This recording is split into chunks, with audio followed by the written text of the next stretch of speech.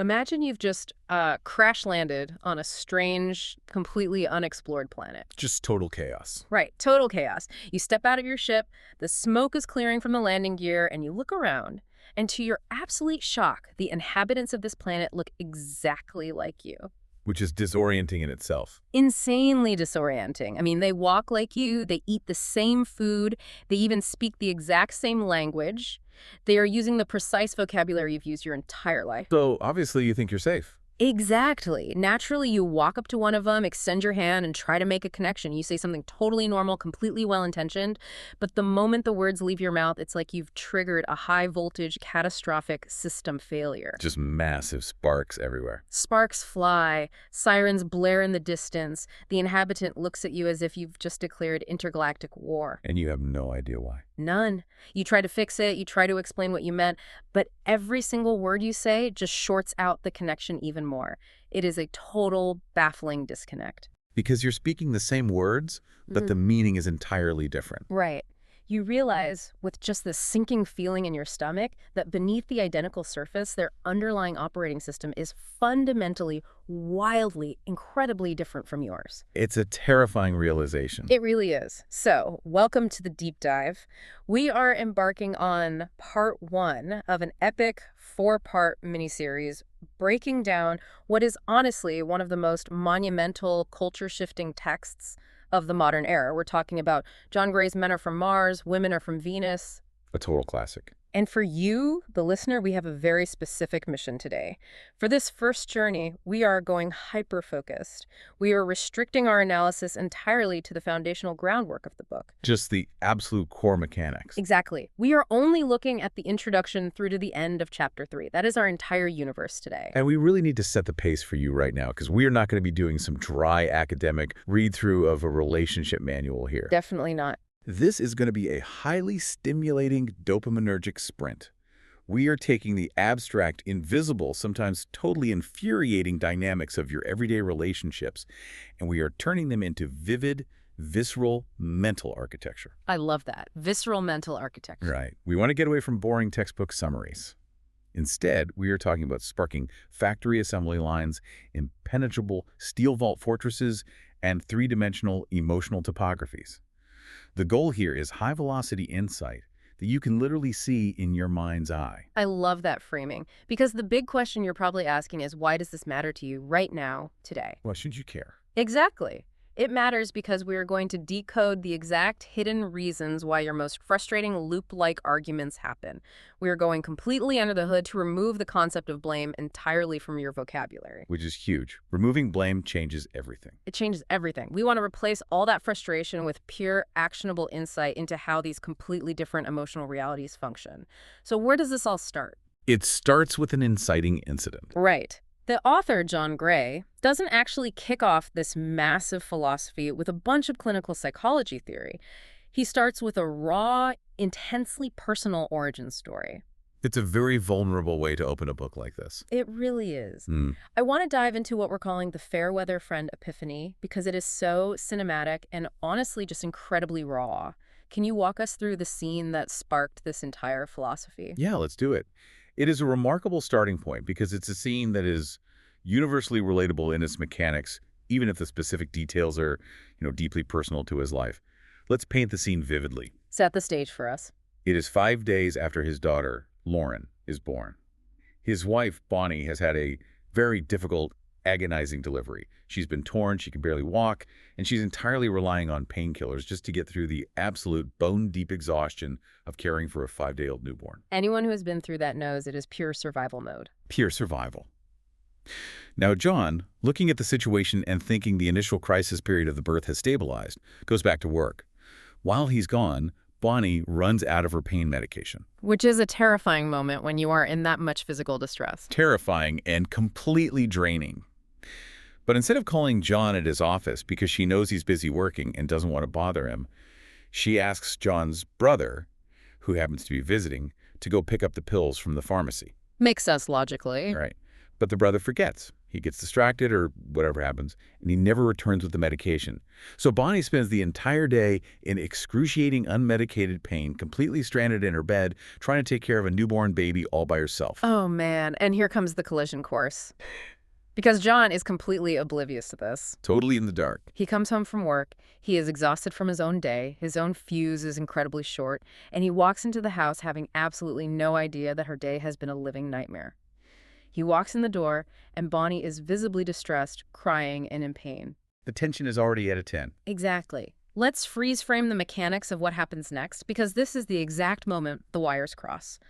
She says to him, "I've been in pain all day, I ran out of pills, I've been stranded in bed, and nobody cares." And that phrasing is crucial. It is. Now, put us in John's head. How does his Martian mind process that specific data? His mind misinterprets the data completely. He doesn't hear a woman expressing her physical and emotional pain. He hears a direct accusation. He feels blamed. He takes it personally. Completely personally. Mm. His internal translation of her words is basically, "You abandoned me. It is your fault. I'm in pain. You are a terrible partner." He thinks she is holding him directly responsible for the fact that she suffered all day, even though he had no idea what was happening. So he gets defensive. Instantly, what is his instinctive reaction? It's Yeah. a defensive explosion. He fires back, "Why didn't you call me?" Right. He instantly goes into defense mode. He's trying to establish that he isn't to blame by pointing out a logical flaw in the sequence of events. He's acting like a lawyer in a courtroom. Exactly. He's arguing the logistics. But she is in a state of emotional emergency. Logistics don't matter to her right now. She responds, "I asked your brother, but he forgot. What am I supposed to do? I feel so deserted." And that right there is the ultimate short circuit. They have both reached their absolute breaking points. The systems are totally fried. John is angry that she didn't just call him to fix the problem, and he is absolutely furious that he feels blamed for something out of his control. He becomes completely overwhelmed by the intense emotional heat of the moment. His system just cannot handle it. It's a system overload. Yes.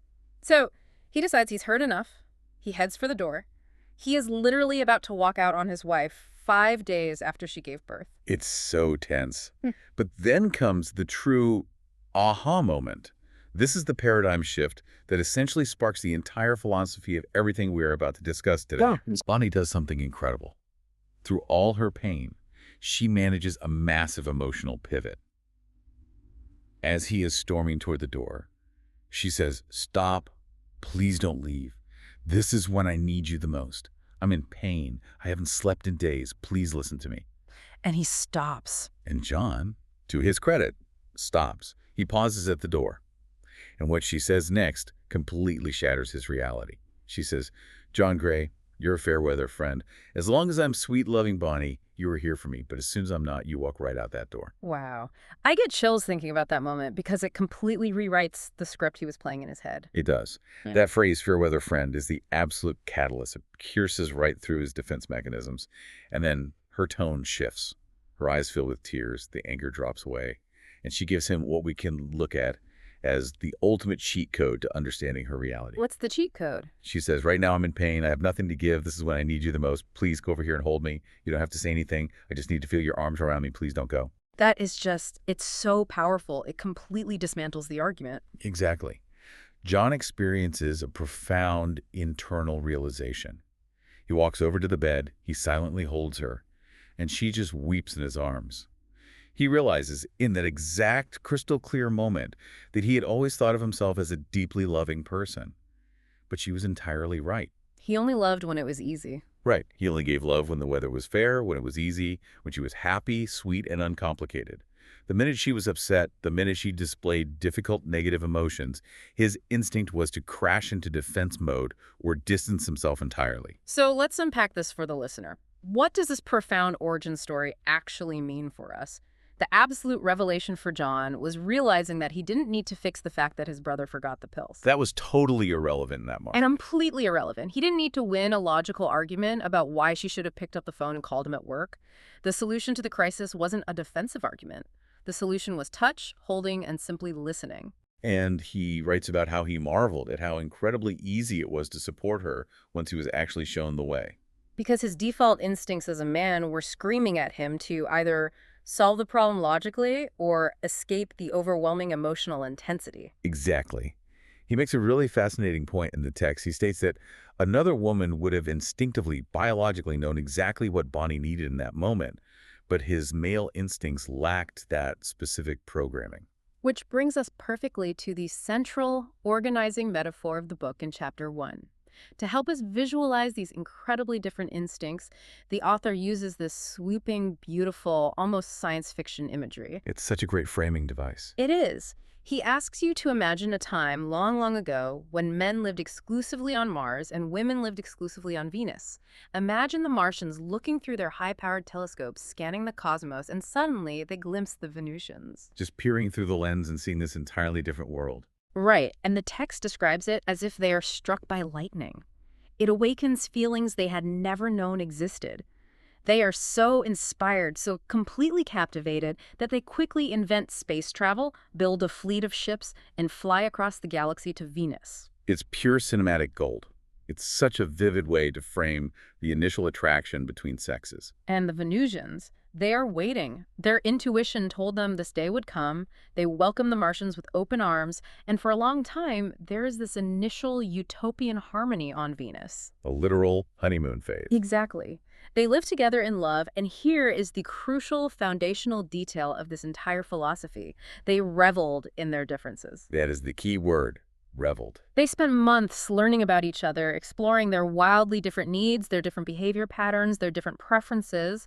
They inherently understood that they were from completely different worlds, and they didn't try to change each other. That contrast, that friction of difference, was exactly what made the connection so magical and exciting. But then, as the story goes, they decide to build passenger ships and fly to Earth.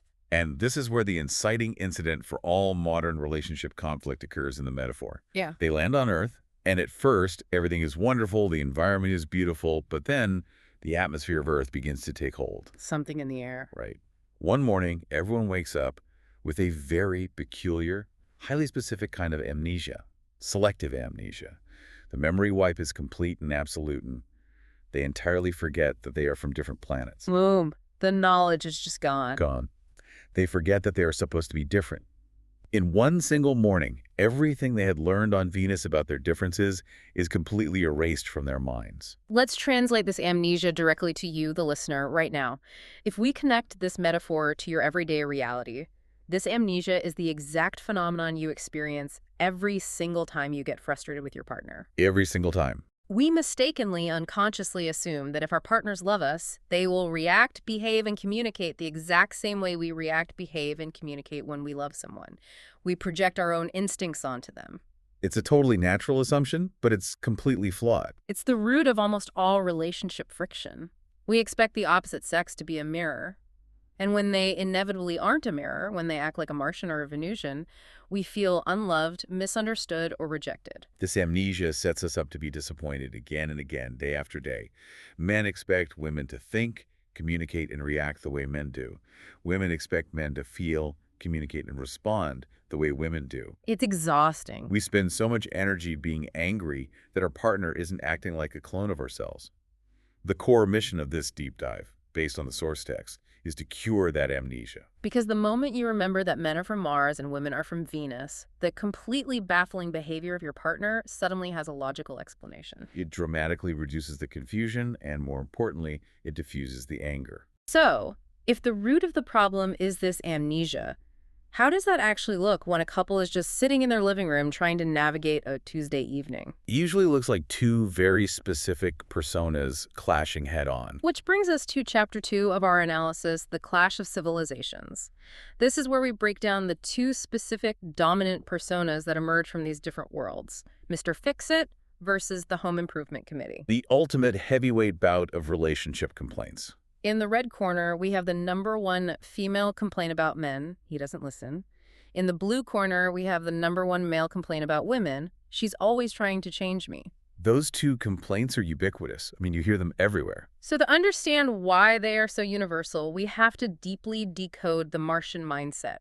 What actually drives a Martian? What gets them out of bed in the morning? Their core values are power, competency, efficiency, and achievement. For a Martian, their entire sense of self, their fundamental worth as a being, is a direct reflection of their ability to achieve tangible results. Okay, let's visualize this because the mental imagery is so helpful. Close your eyes and picture the Martian world. It is not a soft, flowing, gentle landscape. It is a hyper-efficient, sparking factory assembly line. Conveyor belts, sparks flying, heavy machinery. Everywhere you look, there are towering symbols of competence and capability. The text explicitly points out that even their dress reflects this. They wear uniforms, hats, symbols of power and rank. Badges of honor. Martians are obsessed with gadgets, fast cars, faster computers, and new technology. They don't sit around in circles reading psychology magazines or discussing their childhoods. They care about things and objects that help them express power, master their environment, and achieve concrete goals. And the absolute golden rule of this Martian factory environment is autonomy. Doing things by yourself. Achieving goals alone is the ultimate rush for a Martian. It's the ultimate dopamine hit for them. It is how he proves his competence, not just to others, but to himself. Therefore, asking for help when you can theoretically do it yourself is not seen as a beautiful moment of collaboration on Mars. It is perceived as an admission of failure. It's a sign of weakness. Exactly. You only ask for help if you are completely, hopelessly stuck. Wait, I really want to highlight this point for the listeners because here is where the psychological twist happens. If asking for help is an admission of failure on Mars, what does it mean when someone comes up and gives a Martian unsolicited advice? Oh, it's disastrous. If he hasn't asked for it, what does that advice feel like? It feels like the ultimate insult. To offer a Martian advice he didn't explicitly request is to presume he is incompetent. It's a direct attack on his ego. It is a direct attack on his sense of self-worth, which, as we just established, is entirely tied up in his ability to solve problems on his own. That's the exact disconnect. When you offer him advice he didn't ask for, he doesn't feel loved, he feels undermined. Okay, now let's look at the flip side. Let's decode the Venusian mindset, because it couldn't be more different. A total 180. Their core values are love, communication, beauty, and relationships. A Venusian sense of self is not defined by achieving physical results or mastering objects. It is defined through her feelings and the quality of her connections with others. So the visual for Venus is a complete pivot from the sparking factory. Paint Venus as a lush, vibrant, interconnected ecosystem. It's a grand symphony where harmony is the ultimate goal. The text says there are no highways or tall, imposing buildings on Venus. There's just community, parks, gardens, spaces to gather. Think about the simple act of going to lunch. On Mars, going to lunch is a purely efficient way to ingest calories without having to cook or wash dishes so you can get back to work. It's just refueling the machine. Right. On Venus, going to lunch isn't about the food at all. It's a sacred opportunity to nurture a bond, to give support, and to receive empathy. And the golden rule of Venus, the counterpart to Martian autonomy, is nurturing. Because they value relationships above absolutely everything else. Offering advice and trying to help someone improve is seen as the purest, most profound expression of love. It's how they show they care. They spend their time supporting, helping, and intuitively nurturing one another. If a Venusian sees a way to make someone's life better, it is her loving duty to point it out. Okay, so let's watch these two completely different sets of instincts crash into each other in a modern living room. Imagine a woman comes home from work, she's exhausted, she's upset, and she starts complaining about her day. How does the Martian process this? He hears a problem that needs to be solved. He thinks, I love this person, I am highly competent, I will prove my value and my love by fixing this for her. So he proudly puts on his Mr. Fix-It cap. The cap goes right on. He interrupts her flow of feelings to offer a steady, logical stream of efficient solutions.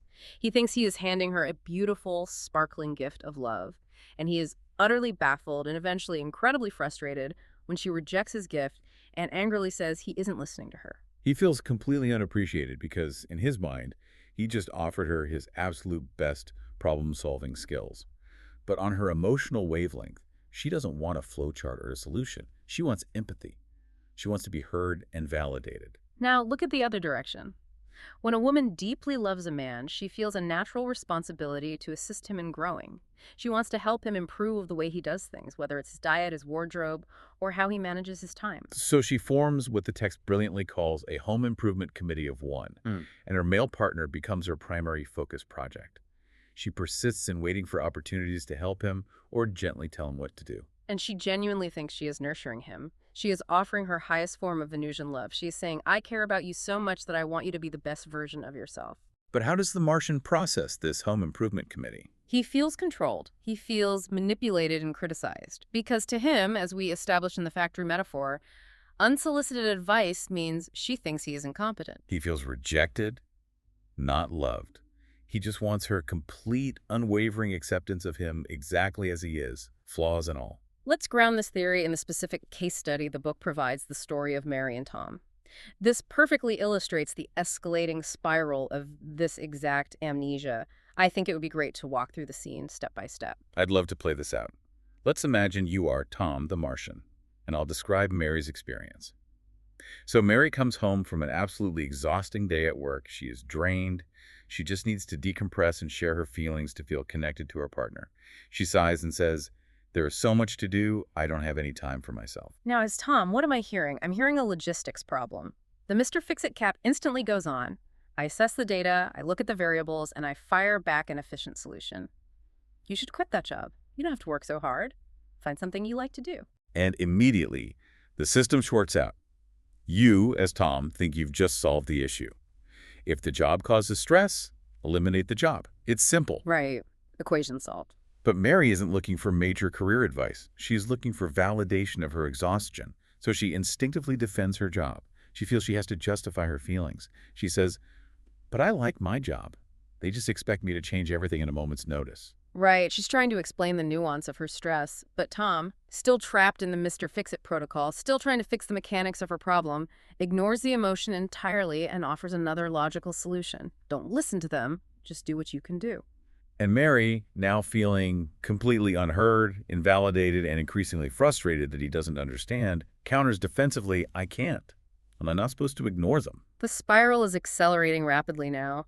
Tom is getting frustrated because his perfectly logical, rational solutions are being repeatedly rejected. He feels like she's being difficult on purpose. He hits his ultimate crash point, throws his hands up, and says, "If you are not happy, then just don't do it." And boom, that's the breaking point. Mary hits her absolute limit. She looks at him and says, the classic, devastating line, "You don't even listen to me." And Tom is standing there completely bewildered, thinking, what do you mean I'm not listening? I just gave you 3 different, highly practical ways to solve your problem. I've been listening to every word. He had absolutely no idea that just listening with silent empathy would bring her tremendous relief. So let's break down the mechanics of the solution. What should Tom have done in that alternate universe where he remembers he is dealing with a Venusian? The text is very clear on this, and it requires a manual override of his deepest Martian instincts. When Mary says, "There is so much to do, I have no time for me," Tom needs to do something completely counterintuitive to his nature. He shouldn't offer a single solution. Not one. He needs to take a deep breath, relax on the exhale, look her in the eyes, and offer simple validation. He just needs to say, "Humph, sounds like you had a hard day." That's it. Humph, sounds like you had a hard day. To a Martian, saying that feels like doing absolutely nothing. It feels highly inefficient and useless. You're just stating the obvious. It feels like you're failing to help. Exactly. But to a Venusian, that tiny shift in language feels like an absolute magic trick. It provides empathy, not an assembly line fix. It validates her emotional reality without trying to alter it or fix it. And as the text points out, once Tom finally learned this technique, Mary's response completely changed. She felt heard, she physically relaxed, the tension evaporated, and she actually felt deeply supported and loved. It's a small pivot with massive implications. And the book lists common statements men make that unknowingly invalidate feelings, like, you shouldn't worry so much, or it's not such a big deal, or you're overreacting. Those are instant triggers. And on the flip side, it lists ways women unknowingly annoy men by offering unsolicited advice, like, you are not leaving yourself enough time, or you should take the other highway, or your shirt doesn't match your pants. These seem like harmless microinteractions, but they slowly build massive, impenetrable walls of resistance and resentment. The takeaway for this section is a direct challenge. For men, practice biting your tongue and just listening when she speaks, without offering any solutions. Just let her vent. For women, practice restraining from giving any unsolicited advice or criticism, and just practice giving acceptance. Let him make a mistake without correcting him. That is huge. Just let it go. Okay, we are sprinting into chapter 3 now, and this is where things get really intense system overload. We've talked about how the 2 mindsets operate in daily life when things are relatively calm, but what happens when you introduce high levels of stress?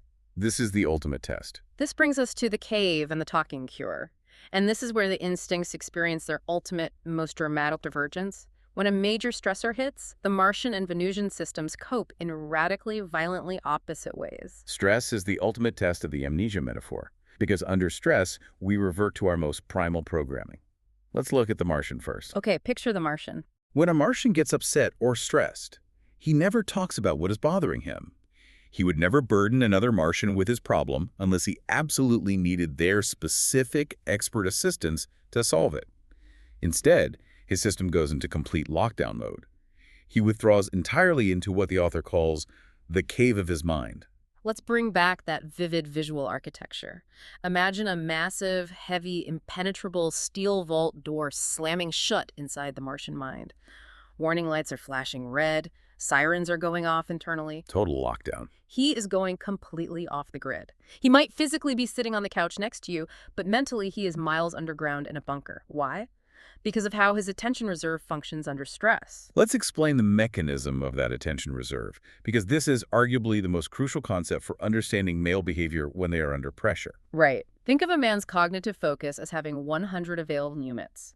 When he is stressed, he pulls 95 units of that mental processing power to hyper-focus on solving his most urgent problem alone. 95%, that's almost everything. He picks the most difficult issue, he takes it into the vault, and he grips it with all his mental strength. That leaves only 5 units of his mental bandwidth available for absolutely everything else in his life, including his surroundings, his routine, and most importantly, his relationship and his partner. He becomes distant, forgetful, unresponsive, and completely preoccupied. If you ask him a question, he might just grunt.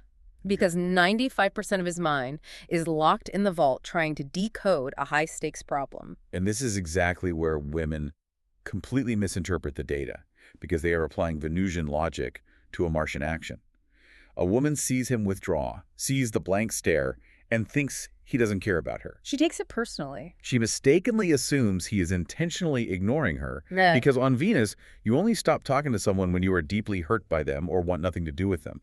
She expects him to open up and talk about his problems, because that's exactly what a Venusian does when she is stressed. But to expect a man in his cave to instantly become open, vulnerable, and responsive is as wildly unrealistic as expecting a completely overwhelmed, sobbing woman to instantly calm down and make perfect, cold, logical sense. It defies their nature. So what happens if the Martian gets stuck in the cave? What if the problem is too complex and he can't solve it immediately? He can't just talk it out with his partner. That's not his instinct. He needs a manual override. He needs a way to release the pressure valve, and he achieves this by using that remaining 5% of his focus on a distraction. This is the mental palate cleanser. It's fascinating. He will pick up the newspaper and read about politics. He will turn on a football game, or maybe he'll go drive his car fast or play a video game. He uses that 5% on an activity that requires just enough focus to disengage his mind from the primary problem, but not enough focus to create new stress. By focusing on the news play and the world's problems, which he isn't personally responsible for solving, his 95% background processor can slowly, gradually cool down. He ungrips from the stress, he relaxes, and eventually the vault door opens, he emerges from the cave, and he is suddenly available to his relationship again. But here's the extreme danger zone, and we have to put a massive flashing warning label on this for the listeners. Red alert. What happens if a Venusian, operating on her beautiful, nurturing programming, sees her Martian in distress, sees him staring blankly at the TV, and decides to follow him into the cave to help him? What if she tries to pull him out? The text is explicitly, adamantly clear on this, using a brilliant metaphor drawn from a Native American tradition mentioned in the book. The warning is stark. Never go into a man's cave, or you will be burned by the dragon. The dragon. I love this visual so much. It perfectly captures the volatility of the moment. It's vital to visualize. A woman sees him withdraw, and her deepest instinct is to nurture him by drawing him out. She sits next to him and asks gently, "What's wrong?" He gives a classic Martian response. Oh. Nothing. She pushes because she knows that's a lie. "I know something is bothering you. You can talk to me." She is unknowingly interrupting his incredibly delicate internal process. She is invading the 5% distraction zone. He feels cornered.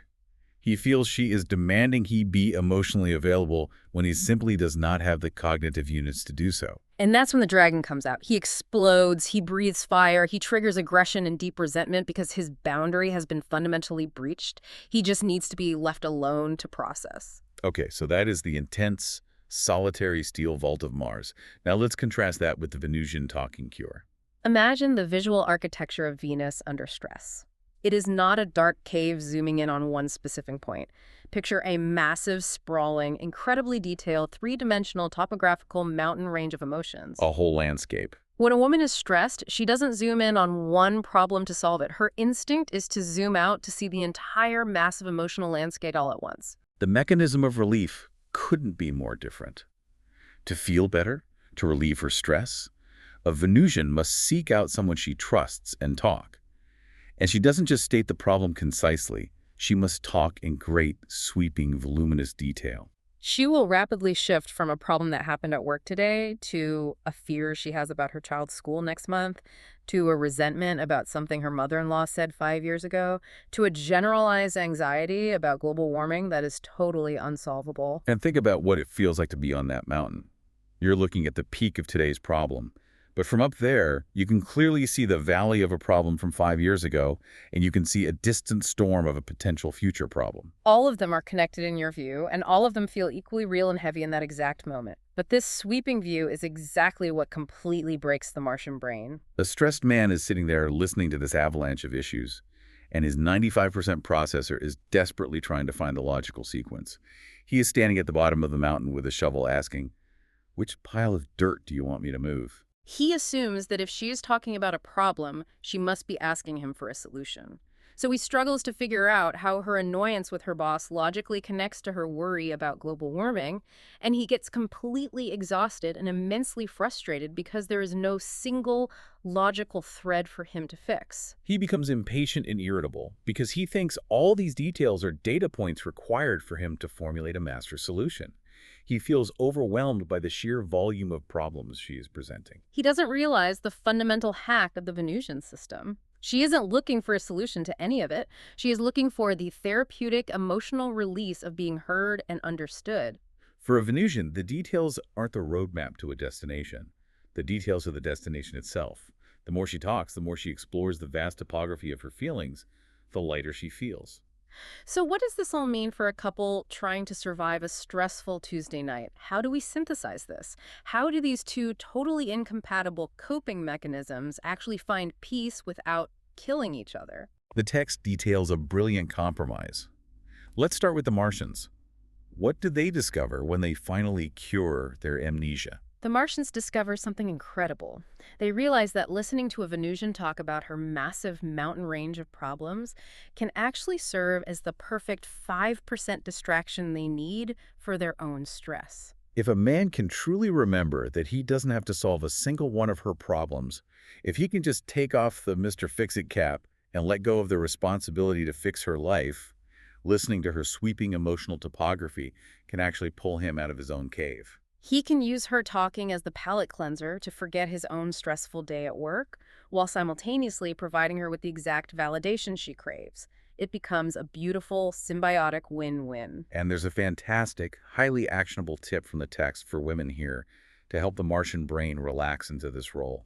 Give the outcome of the story first. Avoid the suspense. Martians hate suspense in emotional stories because they're tense, waiting for the bottom line so they can start their problem-solving engine. If you tell him the ending first, like, "I had a terrible day, everything is fine now, but I just need to vent about it," he can instantly turn off his problem-solving engine. He knows he doesn't have to fix it, so he can sit back, relax, and just listen to the colorful details. That is such a crucial piece of advice. And what do the Venusians discover on their end? They learn the profound truth that when a Martian retreats to his cave, it is not a personal rejection of her. It's not that he doesn't love her, or that he's plotting a divorce, or that he's intentionally ignoring her. It is simply his biological, deeply ingrained requirement to cope with stress. So instead of standing outside the steel vault poking the dragon with a stick, Venusians discover that this is the absolute perfect time to focus on themselves. It's the time to go shopping, call a girlfriend, read a book, take a bath, and let his internal system reset on its own timeline. When she accepts his need for the cave without punishing him for it, without making him feel guilty, he comes out much faster and is far more loving and appreciative when he returns. Okay, let's wrap this up because my brain is absolutely buzzing from all of this. We have just taken a massive high-velocity sprint through the foundational architecture of these two totally different planets. We covered a lot of ground. We completely stripped away the selective amnesia. We exposed the sparking gears of Mr. Fix-It and his desperate, ego-driven need for autonomy and efficiency. We disbanded the Home Improvement Committee and its well-intentioned but disastrous instinct to nurture through unsolicited advice. We mapped the cold steel vault of the Martian cave and warned everyone about the danger of the dragon. And we navigated the incredibly complex, three-dimensional, emotional, topographical mountains of the Venusian talking cure. It is a massive amount of psychological insight to process, but the actionable value for your daily life is immense. If you can connect these broad concepts to the specific micro-interactions in your own home, it changes how you view every single conversation. It completely removes the hostility from your partner's baffling behavior. Exactly. So here is your call to action for today. I challenge you to observe your own life this evening. Just watch. Notice when you are instinctively, almost compulsively offering an assembly line solution when someone really just wants an ear and some simple empathy. Or notice when you are offering unsolicited advice to someone whose entire sense of self relies on proving their own competence to you. Just notice the short circuits happening in real time before the sparks fly and the sirens go off. Knowledge is most valuable when it is understood and applied in the moment. Recognizing these ancient planetary patterns in real time is the very first step to permanently overriding the amnesia. And I want to leave you with a final, brain-tickling, provocative thought to mull over, something that builds on everything we've laid out today but pushes it just a bit further. What if the absolute greatest act of love isn't trying to deeply, fundamentally, completely understand why your partner feels the way they do? What if it's simply accepting that their mindset requires a completely different fuel source than yours, even if it makes absolutely no sense to you? What if the secret to a perfect lifelong relationship isn't finding perfect, seamless compatibility, but rather becoming an expert, non-judgmental, highly patient translator of an alien language? That raises a brilliant transformative point. The goal of a relationship isn't to force them to speak your language. The true goal is to become joyfully fluent in theirs. I couldn't have said it better. Thank you for joining us on this deep dive into the source material. Remember, this is just part one of an epic four-part miniseries. We have barely scratched the surface of this universe. We've got rubber bands, we've got waves, we've got complex point-scoring systems, and entire phrase dictionaries coming up in the next installments. You absolutely won't want to miss the incredible insights we are going to uncover next. Until then, keep your eyes open, practice your translation skills, and whatever you do, watch out for those dragons.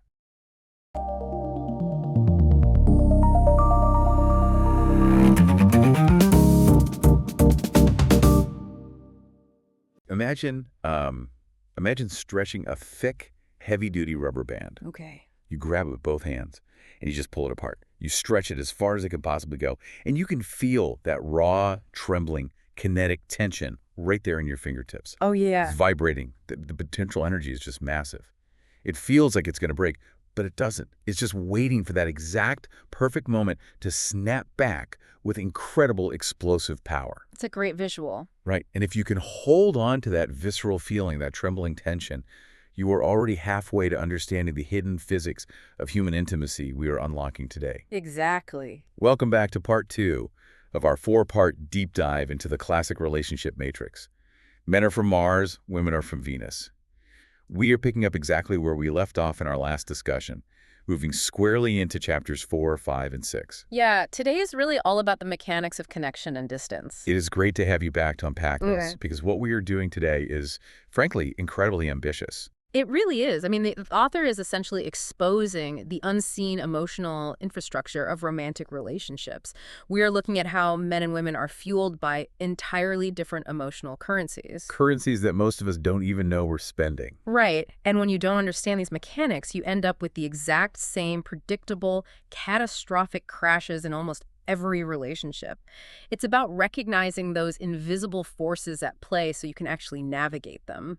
That idea of different emotional currencies really sets the stage for the cinematic origins of motivation that the text introduces. To explain the why behind how we are motivated, he takes us back to the mythic origins of Mars and Venus. It's a very sweeping sci-fi picture. It really is. So paint this picture in your mind. On Mars, the Martians are stuck in this deep planetary depression. The whole civilization is just, apathetic. Completely shut down. Yeah. They are looking through their giant telescopes out in the cosmos, feeling completely unmotivated. They have all this technology, all this ability, but no drive to use it. None at all. And then suddenly, they glimpse the Venusians through their telescopes. And the text describes it as if they are struck by lightning. This massive planetary depression instantly lifts. Just evaporates. Exactly. Okay, let's unpack this. What is the core fuel that ignited their engines? Yeah. It was the sudden realization that they could be of service. The underlying argument here is that men are motivated and empowered primarily when they feel needed. What's fascinating here is that to fully grasp that pivotal Martian epiphany, you have to look at what was happening simultaneously over on Venus. Right, because they weren't exactly throwing a party over there either. No, not at all. The Venusians were also experiencing a profound depression, but the root cause was entirely different. They were absolutely exhausted from a culture of constant, unregulated giving. Burnout. Total burnout. Oh. On Venus, everyone was caring for everyone else, giving until their emotional tanks were completely empty. The author describes it as a sort of martyrdom where they're constantly sacrificing their own needs for the collective. So they're just completely depleted. Depleted. But then, through their intuition, they have this collective vision of a fleet of Martian spaceships coming across the universe specifically to rescue them, to provide for them, and to take care of them. Wow. And their depression lifts instantly because of a completely different realization. Women are motivated and empowered when they feel cherished. Cherished. So you had this fundamental dichotomy right out of the gate. Martians require the sensation of being needed to activate their drive, and Venusians require the sensation of being cherished to relieve their burnout. Precisely. But, if we dig a layer deeper into the psychology here, these massive motivators actually seem to be compensating for some fairly terrifying core fears. They are. It implies that a man's drive to be needed is actually a defense mechanism against something much darker. That is exactly the psychological framework the author is operating within. I mean, the motivation is the compensation for the fear. The text breaks down the deepest psychological terrors native to each planet. Let's get into those terrors. For a man, his absolute deepest fear is incompetence. It's the visceral terror of simply not being good enough. I'm measuring up. Right. Every instinct he has is built around avoiding that feeling of failure and inadequacy. So to compensate for that terror, he focuses relentlessly, almost obsessively, on power, success, efficiency, and problem solving. He builds the spaceships. Because if he can build the spaceship, he is competent. He is safe. Exactly. But for a woman, the core fear is rooted in self-worth. Her deepest fear is being unworthy of receiving love. That's a heavy one. It is. She fears that if she doesn't constantly earn her place through acts of service, she's going to be abandoned. So she compensates by overgiving. She gives and gives, hoping that this endless sacrifice will eventually make her worthy of being cherished and cared for in return. Man, that dynamic creates a fascinating, though ultimately totally destructive, feedback loop. Yeah. If a man's motivation is like a high-performance engine, it requires the high-octane fuel of feeling trusted and needed. So if he senses that his partner doesn't trust his abilities, if she is constantly stepping in to do things for him or second-guessing his competence, that engine just floods. It floods completely. It completely stalls out. He withdraws into a passive, apathetic state. The text makes it very clear that not being needed isn't just a minor annoyance for a man. It is a slow, emotional death.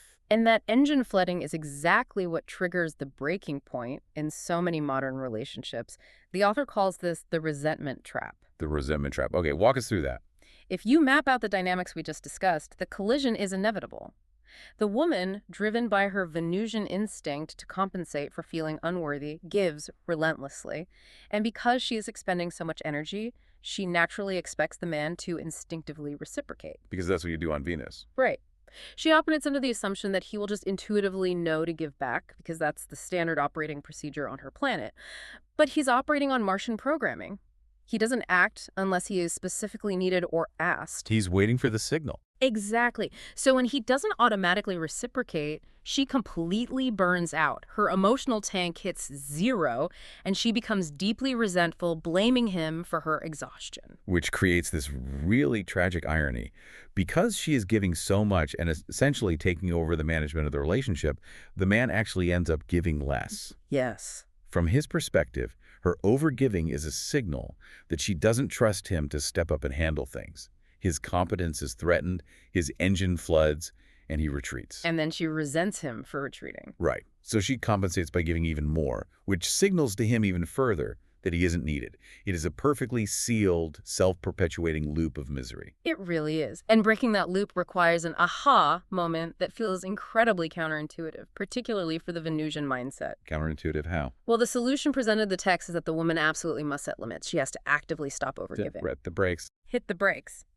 She has to dismantle the belief that she must earn love through sacrifice and instead practice simply expecting to receive it.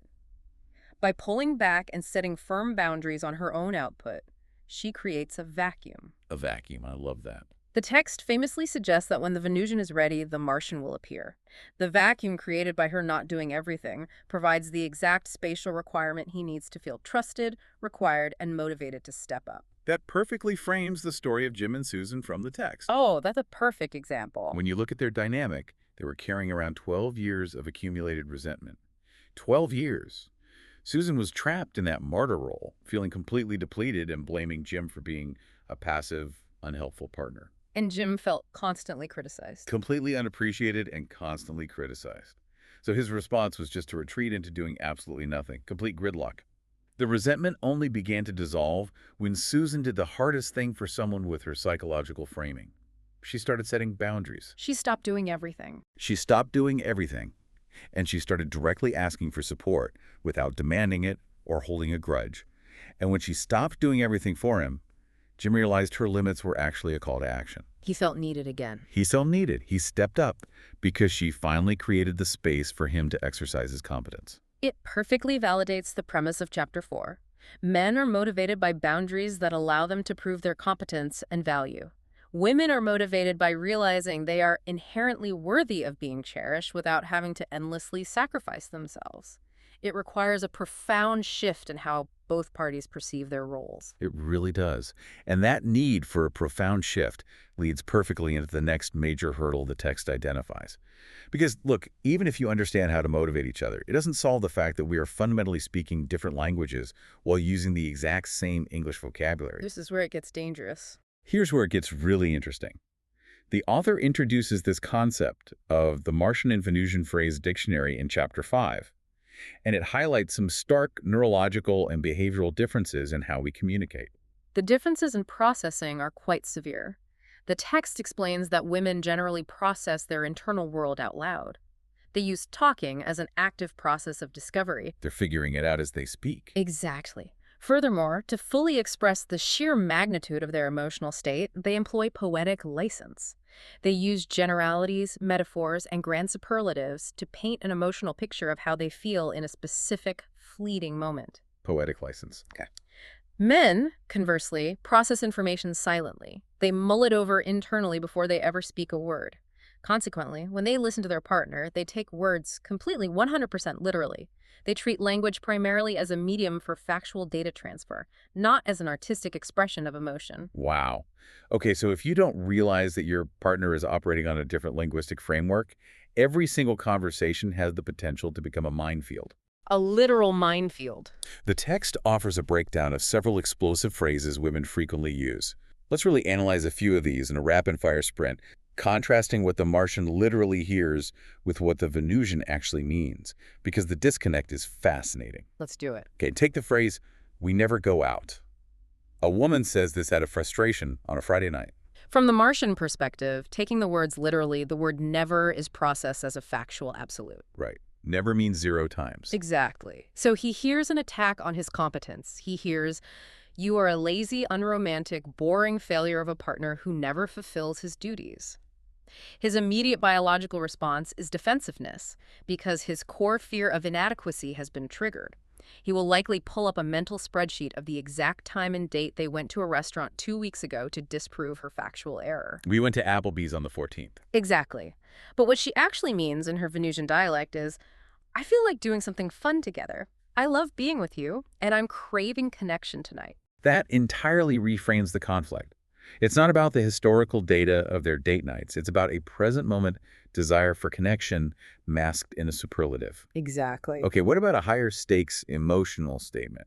Suppose she is feeling completely isolated and says, everyone ignores me. Again, he processes everyone as an absolute that includes him. He's part of everyone. Right, so he hears, I am a terrible partner, and I am entirely inadequate at providing you with the attention you need. He feels he has failed his primary mission to care for her. What she actually means is, I am feeling incredibly overwhelmed today, and I really just need to connect with you. I need to feel seen by you right now to validate my presence. She is using everyone to express the depth of her isolation, not to indict him specifically. It seems the literal translation matrix forces the man to insert himself as the antagonist in every statement. Every single one. What if she comes home and says, I am so exhausted? She might just be stating a fact about her physical state, the Martian translation. The Martian translation internalizes it as a critique of his provision. He hears, you don't do anything around here to help me. You are utterly useless, and I am carrying the entire burden of this relationship. Ouch. Yeah. But the Venusian meaning is much simpler and less adversarial. I have had a long, difficult day, and I just need a hug and some empathy. I need you to validate my hard work so I can relax. It's the hug. But he's hearing that he's useless. Yeah. Then there are phrases that sound like existential threats to the relationship. A phrase like, I want to forget everything. If a man is processing that as literal data, that sounds like she's packing her bags. It does. He hears, I hate my life with you. You are a massive disappointment. The relationship is a failure, and I want a new life. It triggers a massive fight-or-flight response. Of course it does. But the Venusian intent is just a plea for psychological relief. I need to vent. I am carrying too much mental load, and I need you to listen to me without trying to fix anything so I can finally let go of the stress and find some peace. That compulsion to fix things seems to be a recurring trap. If she says, this house is a disaster, she's likely expressing her internal state of feeling overwhelmed by her environment. She means, I could really use some help so I can rest. But he hears a direct attack on his territorial management. He hears, you are a slob, you are incapable of taking care of our living space, and everything is a mess because of your negligence. It's all an attack on competence. And you see the same dynamic with communication itself. If she says, no one listens to me anymore, she is expressing a momentary feeling of invalidation. She means, I'm feeling sensitive today and I need some special undivided attention from my favorite person. And he hears, you are a terrible listener, you are boring me, and I am completely unsatisfied with our communication. Think about how many massive fights in your life started over the word never or always. It's just poetic license. Yes. And the final phrase the text highlights in this section is, I want more romance. To a Venusian, that is an invitation. She means, let's deepen our connection. Let's create some magic together. But to a Martian, who measures his worth by his current output, he hears, your romantic skills are completely inadequate, you do not satisfy me, and I am disappointed in your performance. The conflict arises entirely from a literal translation of an emotional broadcast. When a man hears words like never or always, his brain treats them as data points to be debated rather than emotional watercolors to be observed. If he can understand that she is painting a picture of her current feelings and not drafting a legal indictment of his character, the defensiveness just evaporates. That makes perfect sense. But understanding the dictionary only works if both parties are actually present to communicate.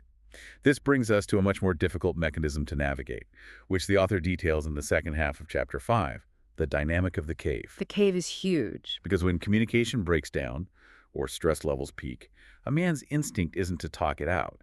He retreats. So if a man's primary drive is competence and problem solving, it stands to reason that when things get overwhelming, his instinct is to isolate himself until he has a solution. That is the exact psychological mechanism behind the cave.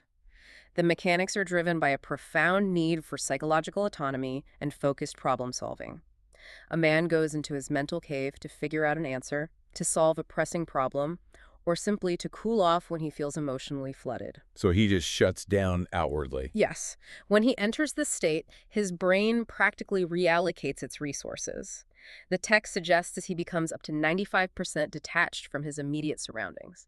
His focus becomes entirely singular and internal. He is marshaling all his cognitive resources to resolve the issue at hand so he can return to a state of competence. Which creates an immediate crisis for his partner. A total crisis. Because as we discussed, women process stress by talking, to convey information, to discover what they want to say, and to create intimacy.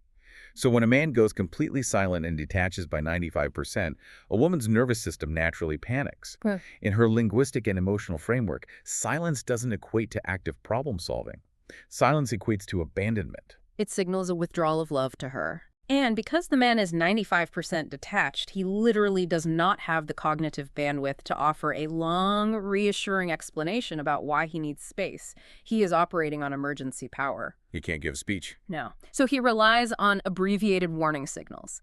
These are brief, literal phrases designed to establish a boundary and say, give me space to process this. He'll use phrases like, I'm okay, I'm fine, it's nothing, it's all right, it's no big deal, or it's no problem. The tragedy here is how those exact phrases are interpreted through the Venusian matrix. Oh, it's a disaster. A woman hears, I'm fine, and her intuition tells her, he is clearly hurting, but he's shutting me out.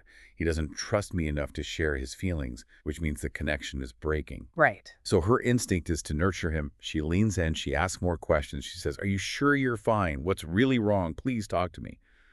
She is trying to be supportive, but she is doing the absolute worst thing you can possibly do to a Martian in his cave. It is entirely counterproductive and often highly volatile. By pressing him to talk, you are demanding resources he is currently utilizing elsewhere. You are essentially asking him to divert power from life support to run the entertainment system. That's a great way to put it. The text uses a wonderful mental picture here to illustrate the danger and anecdote about a Native American tribe. The mothers would instruct their daughters on the eve of their weddings. Never follow a man into his cave, or you will get burned by the dragon that protects it. Getting burned by the dragon, that is so evocative. If you push a man when he's trying to detach, he won't respond with emotional vulnerability. He will snap at you. He will breathe fire. Yes, he will. And it's not because he hates you or wants to hurt you, but because his boundaries are being violated while his internal engine is desperately trying to repair itself. So if nurturing him is the wrong move, how do you actually support a man in the cave without getting scorched? The analysis is very clear on this protocol. First, do not disapprove of his need to withdraw. Do not treat his silence as a personal betrayal. And crucially, do not worry about him. Don't worry about it. Do not worry about him. This is difficult for a Venusian, but to a man, a woman visibly worrying about him feels exactly like she does not trust his competence to handle his own problems. It feels like pity, which is absolute kryptonite to the Martian ego. Wow. Instead, the most supportive thing a woman can do is go do something that makes her happy. Go read a book, go shopping, take a long bath, call a friend, engage in a hobby. To someone who processes connection through shared experience, that sounds almost callous. Wait, my partner is deeply stressed out, and my job is to go take a bubble bath and ignore him. It feels entirely backward. It feels backward until you analyze the system as a whole. Your happiness actually relieves his stress. How so? Think of it this way. If he is in his cave trying to solve problem A, and he looks out and sees you hovering, worrying, and looking miserable because of his distance, you have just become problem B. Now he has two problems to solve before he can feel competent again. But if he sees you happily taking care of yourself and trusting him to manage his own state, problem B disappears entirely. It makes it infinitely easier for him to resolve problem A and exit the cave on his own terms. That is a remarkable reframing of how support functions in a relationship. And for those high-tension moments when you are right on the edge of the cave or right on the edge of a Venusian venting session, the text provides what we might call the magic words of de-escalation. These are essential. These are highly specific phrases that act like cheat codes to bypass the opposite sex's defensive systems. If we connect this to the bigger picture, men and women just need a few magic words to bridge the gap. They are incredibly effective tools when utilized correctly. For a man who feels the biological imperative to withdraw into his cave, the magic words to prevent his partner's panic are incredibly simple. I will be back. Just, I will be back. That's it. Saying, I need some time to think, but I will be back, completely neutralizes the Venusian fear of abandonment. It acknowledges her need for security while securing his need for autonomy. It promises a return, which allows her to relax. That is so simple, but so powerful. And Conversely, for a woman who just needs to vent her exhaustion without triggering her partner's defensive problem-solving matrix, the magic words are, "It's not your fault." So Yes. she can say, "I'm having a terrible day. Everything at work went wrong. I'm completely overwhelmed. And by the way, none of this is your fault. I just need you to listen to me." That completely disarms him. It turns off his internal Mr. Fix-It defense system. He doesn't have to defend his competence or solve her work problems. He can just relax and be the hero by simply providing an empathetic ear. It's brilliant. It establishes the parameters of the conversation immediately, preventing both parties from misinterpreting the other's needs. This concept of a man needing to pull away leads us directly into Chapter 6, where the author pushes this dynamic to its absolute limits. This is where we bring back our opening analogy, the physics of intimacy, the rubber band. The rubber band analogy perfectly models the male intimacy cycle. The author posits that the cycle operates in three distinct sequential phases: getting close, pulling away, and springing back. Getting close, pulling away, and springing back. Exactly. It is crucial to understand that pulling away is not a conscious, premeditated choice a man makes. He doesn't wake up and consciously decide to be distant. It's a deep psychological and biological imperative. It's an involuntary reflex. But we look at that mechanism, it suggests that intimacy itself eventually triggers a threat response. What is happening in the Martian brain that requires this sudden need for distance? It comes down to the constant internal negotiation between autonomy and connection. When a man connects deeply with a partner, when he truly achieves profound, sustained intimacy, he begins to temporarily lose his rigid sense of self. He starts blending in. He merges with her needs, her emotions, and her world. For a Martian whose entire identity and sense of safety is built on autonomy, independence, and personal competence, this merging eventually triggers a survival alarm. Pulling away is his imperative to reestablish his personal boundaries. He has to stretch away to remember where he ends and she begins. He has to feel his own edges again. So what does this all mean? It means you have to let him stretch. Because if you let a rubber band stretch to its absolute maximum limit, the tension becomes unbearable. And when he hits that limit, when his autonomy is completely secure and his sense of self is fully restored, he will suddenly feel this fierce, undeniable hunger for intimacy again. He will snap back to his partner with incredible power, passion, and energy. That is the ideal cycle, but it introduces a massive point of friction in relationships, which we can call the no warm-up phenomenon. Oh, right, the no warm-up. When that rubber band snaps back, it returns to its point of origin instantly. Meaning, when a man comes back from pulling away, he expects to pick up the relationship exactly at the same level of intimacy where it left off before he retreated. Right back to normal. He feels great, his autonomy is secure, and he is ready to connect. Women, however, are entirely baffled by this sudden reappearance. Because for a Venusian, distance cools the engines. Women generally require a warm-up period of communication, of talking and sharing, to rebuild that bridge of intimacy after a period of distance. I've heard it compared to walking out of a movie theater halfway through the film, coming back 20 minutes later, sitting down, and expecting to just keep eating popcorn and holding hands like nothing happened. That is a perfect comparison. And the woman is sitting there in the dark looking at him like, "Aren't you going to explain where you went? We need to talk about why you left before we can hold hands again." This fundamental disconnect over how to resume intimacy often leads women to accidentally and tragically obstruct the natural physics of the snap. They sabotage the rubber band in two main ways: chasing and punishing. Let's break down chasing first, which is essentially preventing the stretch from happening at all. Chasing is the Venusian panic response to the man pulling away, and it manifests in three primary forms. The first is physical chasing. Following him. Right. He walks into the other room to get space, and she literally follows him into the garage or the bedroom to keep the conversation going. She physically prevents his isolation. The second is emotional chasing. He pulls back, and she floods the space with emotional grappling hooks. Like what? She worries about him incessantly, or she overpraises him to try and win his affection back, or she visibly, heavily disapproves of his distance. She makes sure he feels her emotional weight, even when he's trying to be alone. Oh, wow. And the third form is mental chasing. This is the woman who walks on eggshells, trying to be absolutely perfect and anticipating his every need so he will never have a reason to leave. Alternatively, she silently guilt trips him in her mind, tying him to her through unspoken obligation. All three forms, physical, emotional, and mental, prevent the rubber band from stretching. And the physics here are undeniable. If you don't let it stretch, there is zero tension. And no tension means no passion.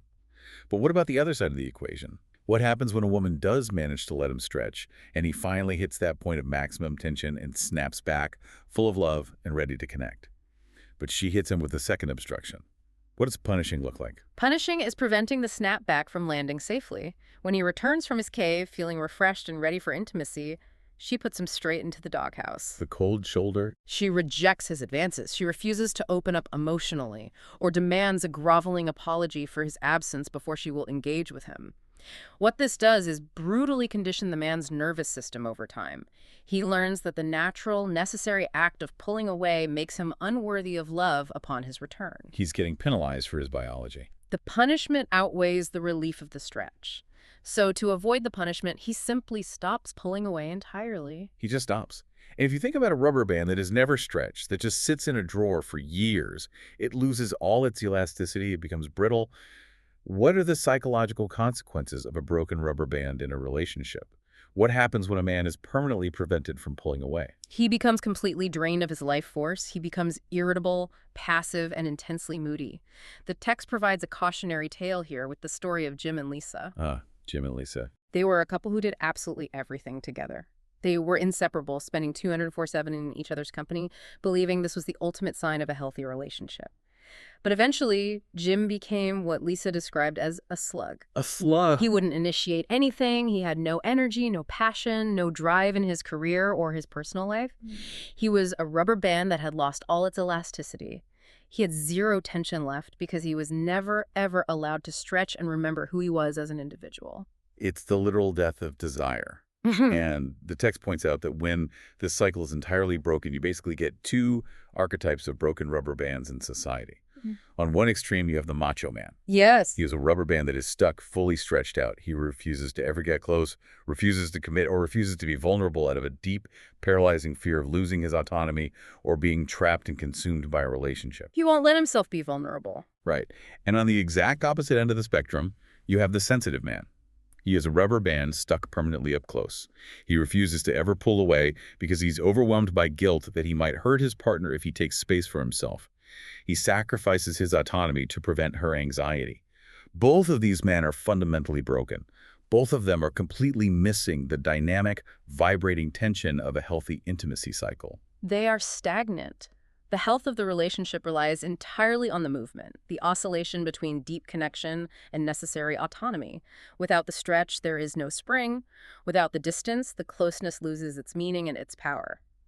If we synthesize this entire dopaminergic sprint we've been on today, the layers of complexity are just staggering. We have mapped the exact hidden conditions that trigger motivation, learning that men require the trust of feeling needed, while women require the security of feeling cherished. It's all connected. We have decoded the literal silent language of Mars and the poetic emotional language of Venus, proving that the word never is rarely a factual metric, but almost always an emotional metaphor. And finally, we have explored the physical tension of the rubber band, realizing that allowing a man the autonomy to stretch away is the ultimate paradoxical secret to ensuring he snaps back with explosive passion. We've covered an immense amount of psychological ground today, but as we synthesize these classical relational mechanics, it raises an incredibly important question, especially for you, the listener, to take with you as you navigate your own life. Let's hear it. The text insists, fundamentally, that a man absolutely must pull away to recharge his desire for intimacy, that physical and psychological autonomy is the prerequisite for connection. But think about the architecture of our lives today. What happens to this delicate, necessary physics in our hyper-connected modern world? That is a fascinating angle, because the environment has changed so drastically since these concepts were first observed. Exactly. If you are constantly texting your partner, messaging them on various apps, sending memes, and digitally checking in with them every single hour of the day, are you accidentally preventing the rubber band from ever stretching? Oh, wow. Is the modern smartphone, with its implicit demand for constant, unbroken availability and instant replies, actually destroying the male intimacy cycle by keeping us permanently digitally close? Are we unknowingly engineering the death of the snapback by never allowing true distance to occur? That is a chilling and incredibly profound thought. By trying to stay perfectly connected all day long, are our phones turning us all into broken rubber bands? Are we draining the passion out of our relationships simply because we never allow the silence necessary for the tension to build? I want you to sit with that visceral question this week. Look at your own digital habits with your partner. Are you letting the tension build, or are you snapping the band before it can even stretch? Mull that over, and if things get tense, don't forget to deploy your magic words this week. I will be back, and it's not your fault. Thank you so much for joining us on this deep dive into the hidden mechanics of connection. We will see you back here for part 3.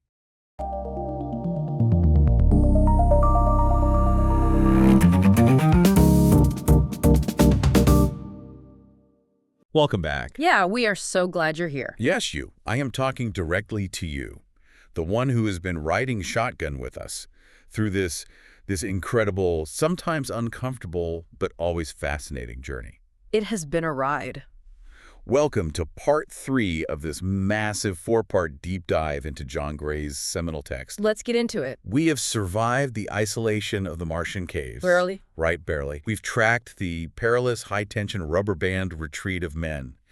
And today we are jumping straight into the deep end. Leaving the shallows entirely behind. Exactly. Consider this installment a rapid-fire emotional translation manual, custom-built for the hyper-curious mind. No fluff. Zero fluff. Right. We are cutting out the fluff and looking strictly at the gears, the levers, and the hidden wiring of human connection. As mapped out in this specific book. Yes, exactly. If you ever felt like your relationship was operating on a frequency, you just couldn't tune in to get ready, because we are about to hand you the dial. It is genuinely great to be back, and I appreciate the massive energy you're bringing to this. Oh, I am hyped. The material really demands it.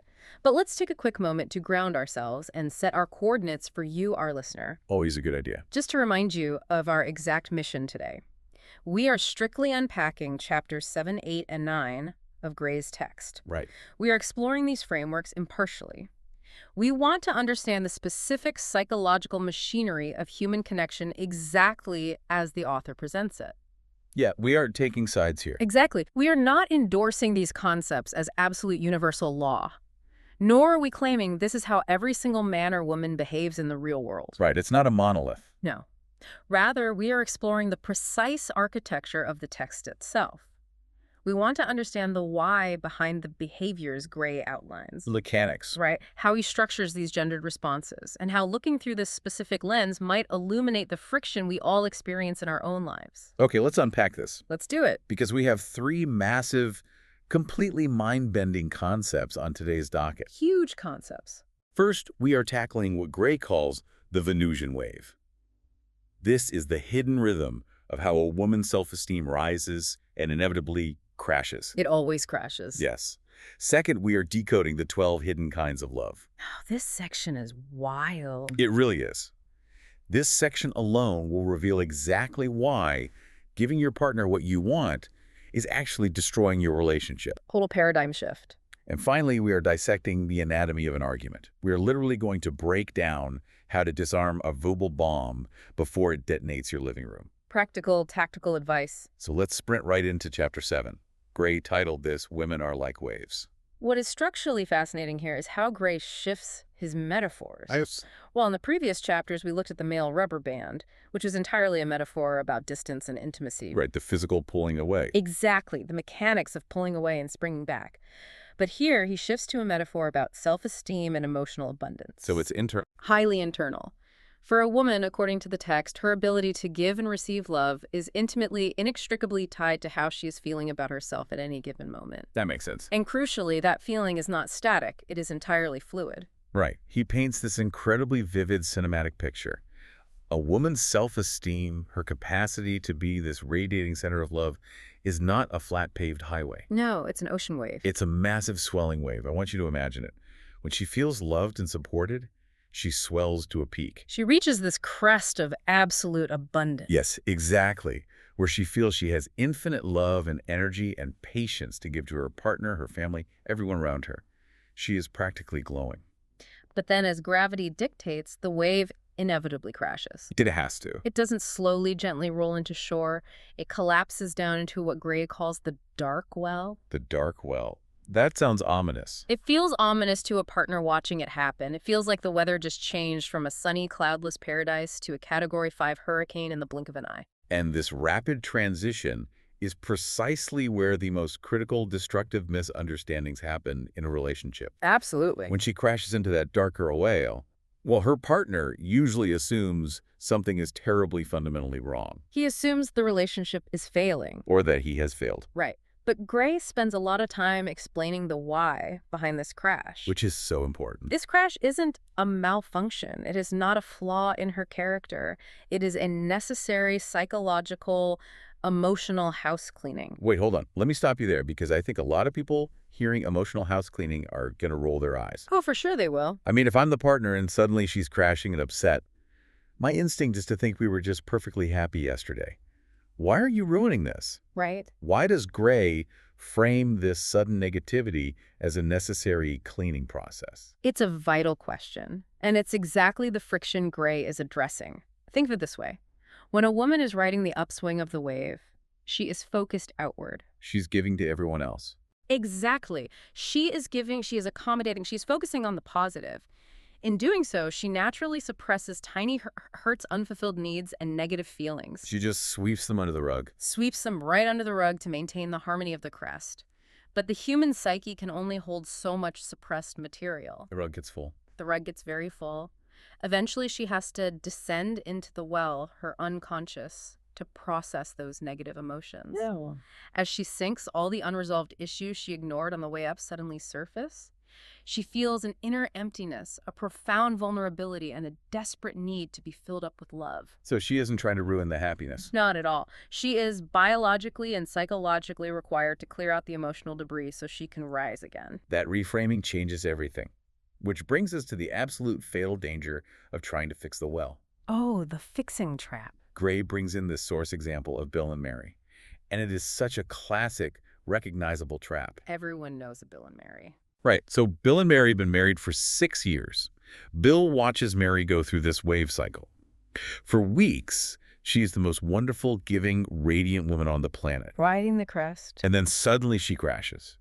She becomes overwhelmed.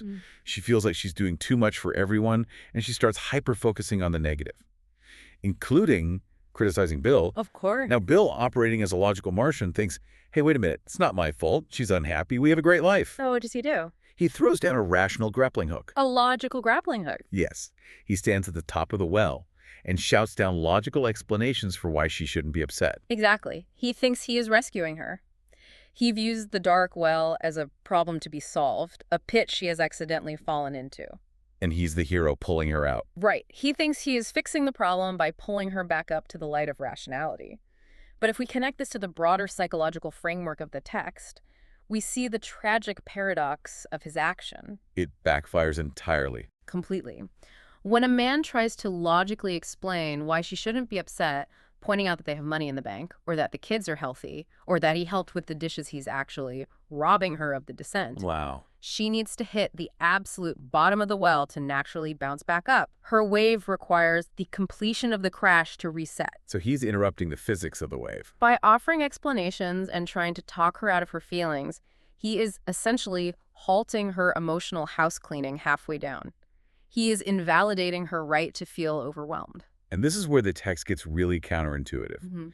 Gray notes that when Bill finally listened to the advice, when he stopped arguing and just tried to listen to Mary without offering solutions, she actually seemed to get more upset. Which is terrifying for a guy. Bill was completely bewildered. He thought, I'm doing the active listening thing. I'm nodding. Why is she crying harder? Why is this getting worse? It feels like a punishment for doing the right thing. It really does. But Gray insists this is actually the system working perfectly. You have to realize that her getting more upset isn't a failure of his listening. It is proof of his success. How does that work? When a woman feels truly supported and safe as she descends, she no longer has to hold back. She can actually feel her negative emotions more intensely because she isn't fighting his logic at the same time. She's just free falling. Exactly. She must hit the absolute concrete floor of that dark well before the wave can naturally gather momentum to rise again. So the tears are a good sign. When Bill thought her tears were a sign of his failure, they were actually proof that his support was providing the secure container she needed to safely sink all the way down. That requires a monumental paradigm shift for the Martian brain. A man expects that if he applies support, if he applies a fix, the negative emotion should immediately cease. Like turning off a faucet. Yeah, like putting a bandage on a cut to stop the bleeding. Precisely. The text argues that a man's love and support cannot and should not instantly resolve a woman's emotional wave. It's not a repair job. His love doesn't fix the well. His love merely makes it safe for her to go deeper into it. She isn't broken. She doesn't need his repairs. She just needs a witness. She needs a witness. She needs someone to sit with her in the dark while she experiences the emptiness without trying to flip the lights on. Now let's take these two isolated mechanics, the Venusian wave we just discussed and the Martian rubber band from our last deep dive, and let's crash them into each other. Oh, the ultimate collision. Because Gray introduces a scenario that is the absolute nightmare clash of these two biological rhythms. Let's talk about Harris and Kathy. A classic case study in the book. What happens when her wave crashes exactly at the precise moment his rubber band is stretching? It is the perfect emotional storm. Let's map out the timing of this scene, because the timing is everything. That's the stage. Harris and Kathy had just experienced a massive peak in intimacy. They had been incredibly close, spending all their time together, deep conversations, high affection. So her wave is high. Because of this, Kathy's wave is peaking. She is feeling profoundly connected, secure, and emotionally abundant. But as we learn in Chapter 4, that exact same intense, prolonged intimacy triggers Harris's Martian instinct. His rubber band drops. His rubber band has gone completely slack. The intimacy has suffocated his sense of autonomy, and he suddenly feels the overwhelming biological urge to pull away, to retreat to his cave and just watch television. He needs to unplug. He needs distance to regenerate his desire. Right. So Harris, following his instinct, starts physically and emotionally pulling away toward the cave. The slow backing away. And Kathy, who was just comfortably resting at the peak of her wave, experiences this sudden withdrawal as a shocking abandonment. It pulls the rug right out. Without the foundation of his presence, her wave immediately and violently crashes. She plummets straight into the well. Just free fall. She feels like a vulnerable child who just had her safety blanket snatched away. She is hurting, she is in the dark well, and she desperately needs her partner to listen, hold her, and validate her pain. But where is he? Her partner is currently sealing the entrance to his cave to watch a baseball game. The text highlights this dynamic as a fundamental clash of valid rights. Valid rights, that's a great way to phrase it. When Kathy expresses her hurt from the bottom of the well, Harris feels instantly attacked. He feels that she is demanding he never take space, that she is controlling his free time. So he gets defensive. So his instinct is to fight back. He argues for his right to be free, his right to have autonomy, his right to watch a simple baseball game after a long week. And what is she arguing for? Kathy, on the other hand, isn't actually arguing about the baseball game at all. She doesn't care about the TV. She's arguing for her right to be upset. She's arguing for her right to have her sudden pain acknowledged. It is literally two completely different conversations happening in the exact same room. Total misconnection. He's defending his independence. She is defending her emotional reality. They are talking past each other. So how do we disarm this? Gray has a plan. Gray lays out a very specific, the three-step tactical protocol for the man when he feels the undeniable pull to the cave.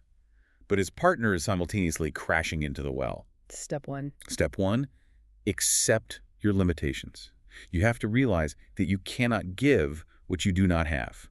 If your rubber band is fully stretched and you are emotionally depleted, you cannot be a good empathetic listener. Period. Don't even try. Don't fake it, because she will sense the resentment. Step 2 is to understand her pain. A man must intellectually realize that her need for support in that exact moment is completely valid, even if he cannot provide it. He doesn't have to agree with the logic. No, she is not wrong for being hurt that he is pulling away. Yes, he's not wrong for needing space, but she is equally not wrong for desiring closeness. It's the invalidation that kills it. The fatal mistake men make here is invalidating her. They try to make her feel guilty or crazy for her emotional response. A man has to silently acknowledge, my pulling away hurts her, and that hurt is real. And then we hit step 3, which is the most crucial, tension-shattering move. Avoid arguing and give reassurance. The magic words. Do not try to logically defend your need for the cave. Do not explain the concept of the rubber band to her while she's crying.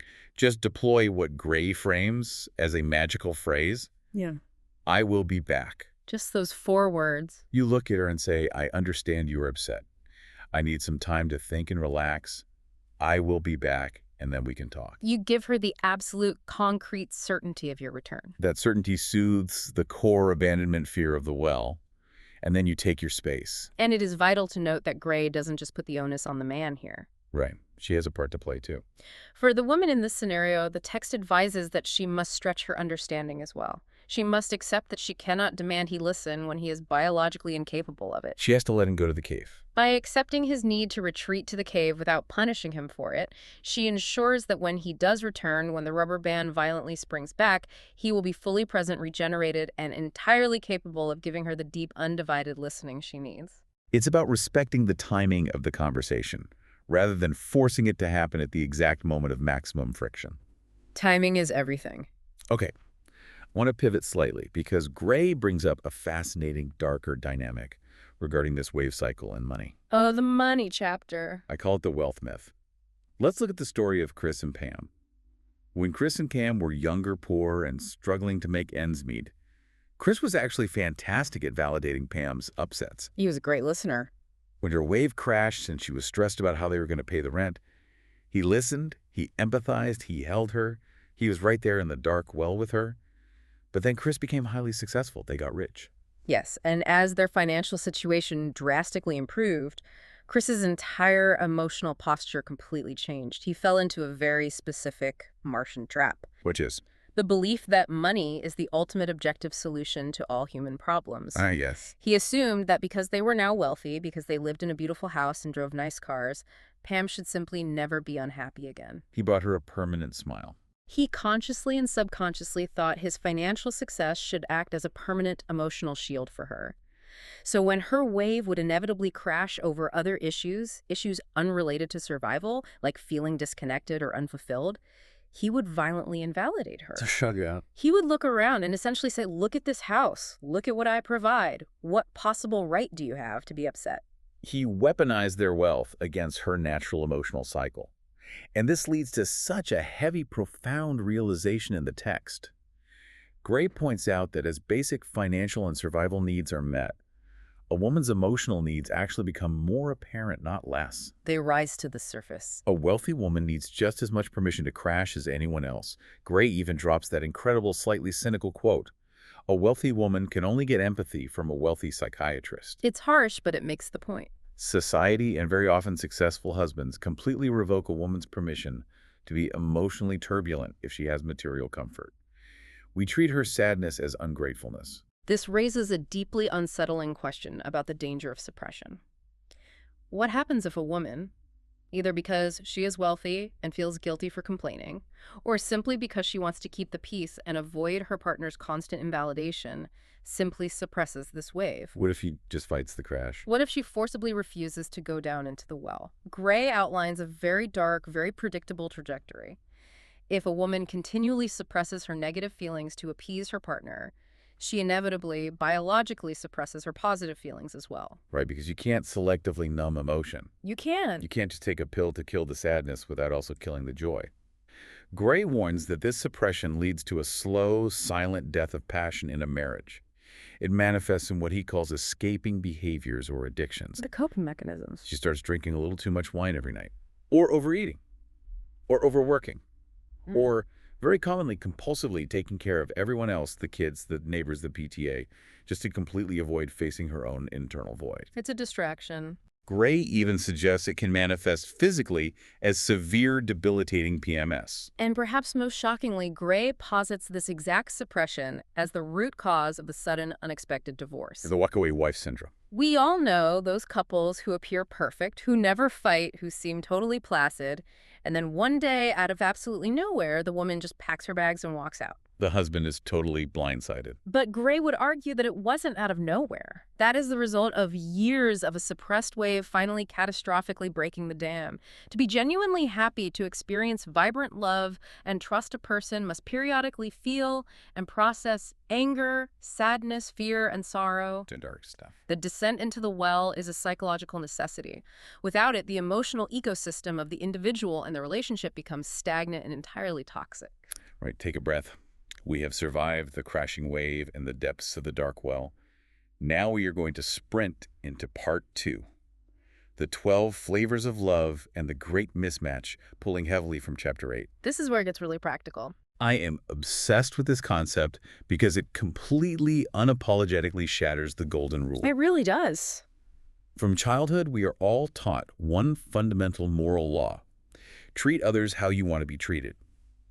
But Gray argues that in intimate relationships, applying the golden rule is a guaranteed recipe for total disaster. Total disaster. We think we are being incredibly generous, giving our partner exactly what they need. But we are actually just giving them what we desperately want to receive.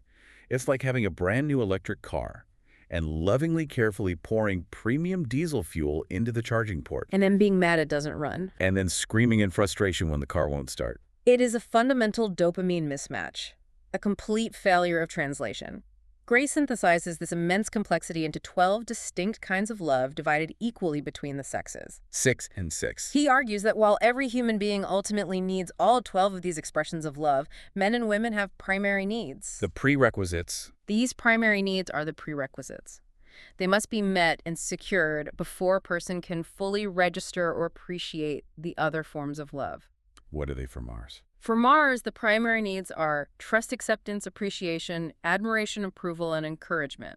And Venus. For Venus, the primary needs are caring, understanding, respect, devotion, validation, and reassurance. I don't want to just list these off. I want to spend serious time exploring exactly how these mismatches destroy an otherwise totally normal Tuesday night. Let's look at the very first pair. Trust versus caring. The ultimate classic misunderstanding. Oh yeah, this happens every day. Imagine a man is struggling with a complex problem at work. He's sitting on the couch, staring into space, clearly stressed. The woman sees him struggling. Because she loves him, and because her primary love need is caring, she projects her own need onto him. She goes into fix-it mode, but a caring fix-it. Exactly. She approaches him and offers a barrage of deeply concerned questions. Are you okay? What's wrong? Did you call your boss? Have you tried emailing that client? Do you want me to look at it? She is aggressively, intensely caring for him. But we have to analyze the Martian translation of that exact interaction. How is he receiving those words? He does not feel loved. He does not feel cared for. How does he feel? Because his absolute primary need is trustful words. He interprets her barrage of helpful questions as a profound lack of trust in his competence. He hears you think I'm an idiot. He hears, I don't believe you can handle this on your own. I think you are failing. He feels she thinks he is weak, incapable, and needs to be micromanaged by a maternal figure. A huge blow to the ego. A man needs to feel like the autonomous knight in shining armor who can solve his own problems. By hovering and relentlessly caring, she is inadvertently tearing down his core ego. But wait, let me act as the proxy here. If I'm the woman in that scenario, I'm thinking I'm just trying to be a supportive partner. If I were stressed, I would want him to ask me those questions. And that is exactly the trap. She is applying the golden rule. And the reverse is just as damaging. Let's flip the scenario. Okay, let's flip it. When she is visibly upset or stressed about her day, he projects his primary need, trust, onto her. He thinks, I love her. I trust her completely to figure this out. I'll show my love by giving her the space and autonomy she needs. Oh, boy. So he walks right past her, leaves her completely alone in the living room, and goes to the garage to tinker with a project. He genuinely thinks he is honoring her strength. He thinks he's being respectful. But her primary need is caring. So she sits alone on the couch, feeling completely uncared for, invisible, neglected, and abandoned. He's pouring diesel. She's pouring diesel, and both cars are broken down on the side of the road, and neither understands why the other is angry. It's maddening. Oh. Let's move to the next pairing, which is equally subtle but destructive. Acceptance versus understanding. The Martian sees acceptance, the Venusian needs understanding. Let's unpack this. A woman needs understanding. She needs to feel that her partner is genuinely listening to her, that he is gathering the complex data of her feelings, and that he sees her inner world. But a man needs acceptance. He needs to feel that he is received lovingly exactly as he is, without her trying to change or improve him. Right. So imagine a scenario where a man has a quirk or a habit, maybe the way he dresses or how he organizes his desk.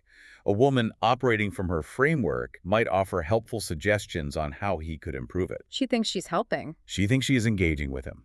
But to the Martian brain, any unsolicited attempt to improve him registers as a lack of acceptance. He feels rejected. Conversely, when a woman is trying to explain a complex web of feelings she has about a family conflict, a man might just nod and say, yeah, that sucks, just ignore them. That's classic. Just ignore them. He accepts the situation, but he utterly fails to provide the understanding she is desperately seeking. She doesn't want him to just accept it. She wants him to explore the emotional nuance with her. Let's hit the third pair. Appreciation versus respect.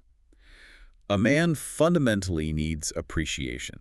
He needs his efforts, his work, and his provisions to be noticed and validated. If he fixes the sink, he needs a parade. A small parade, at least. A woman needs respect. She needs her thoughts, her boundaries, her desires, and her emotional labor to be honored.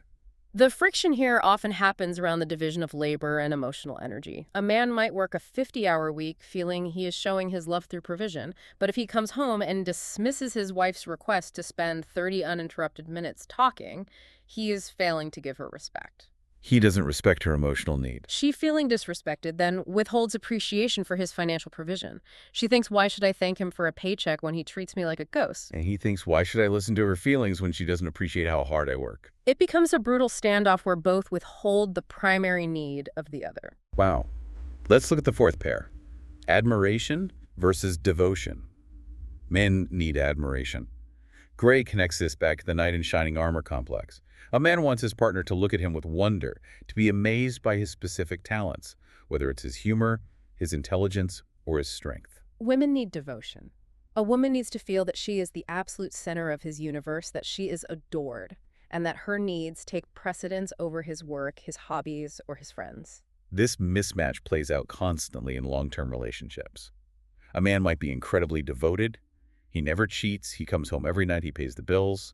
He thinks his presence is proof of his devotion. But if he never attempts to do anything impressive, if he just sits on the couch, the woman loses her sense of admiration for him. She feels secure but bored. On the flip side, a man might perform grand, impressive gestures, taking her to a fancy restaurant to show off his success, seeking her admiration.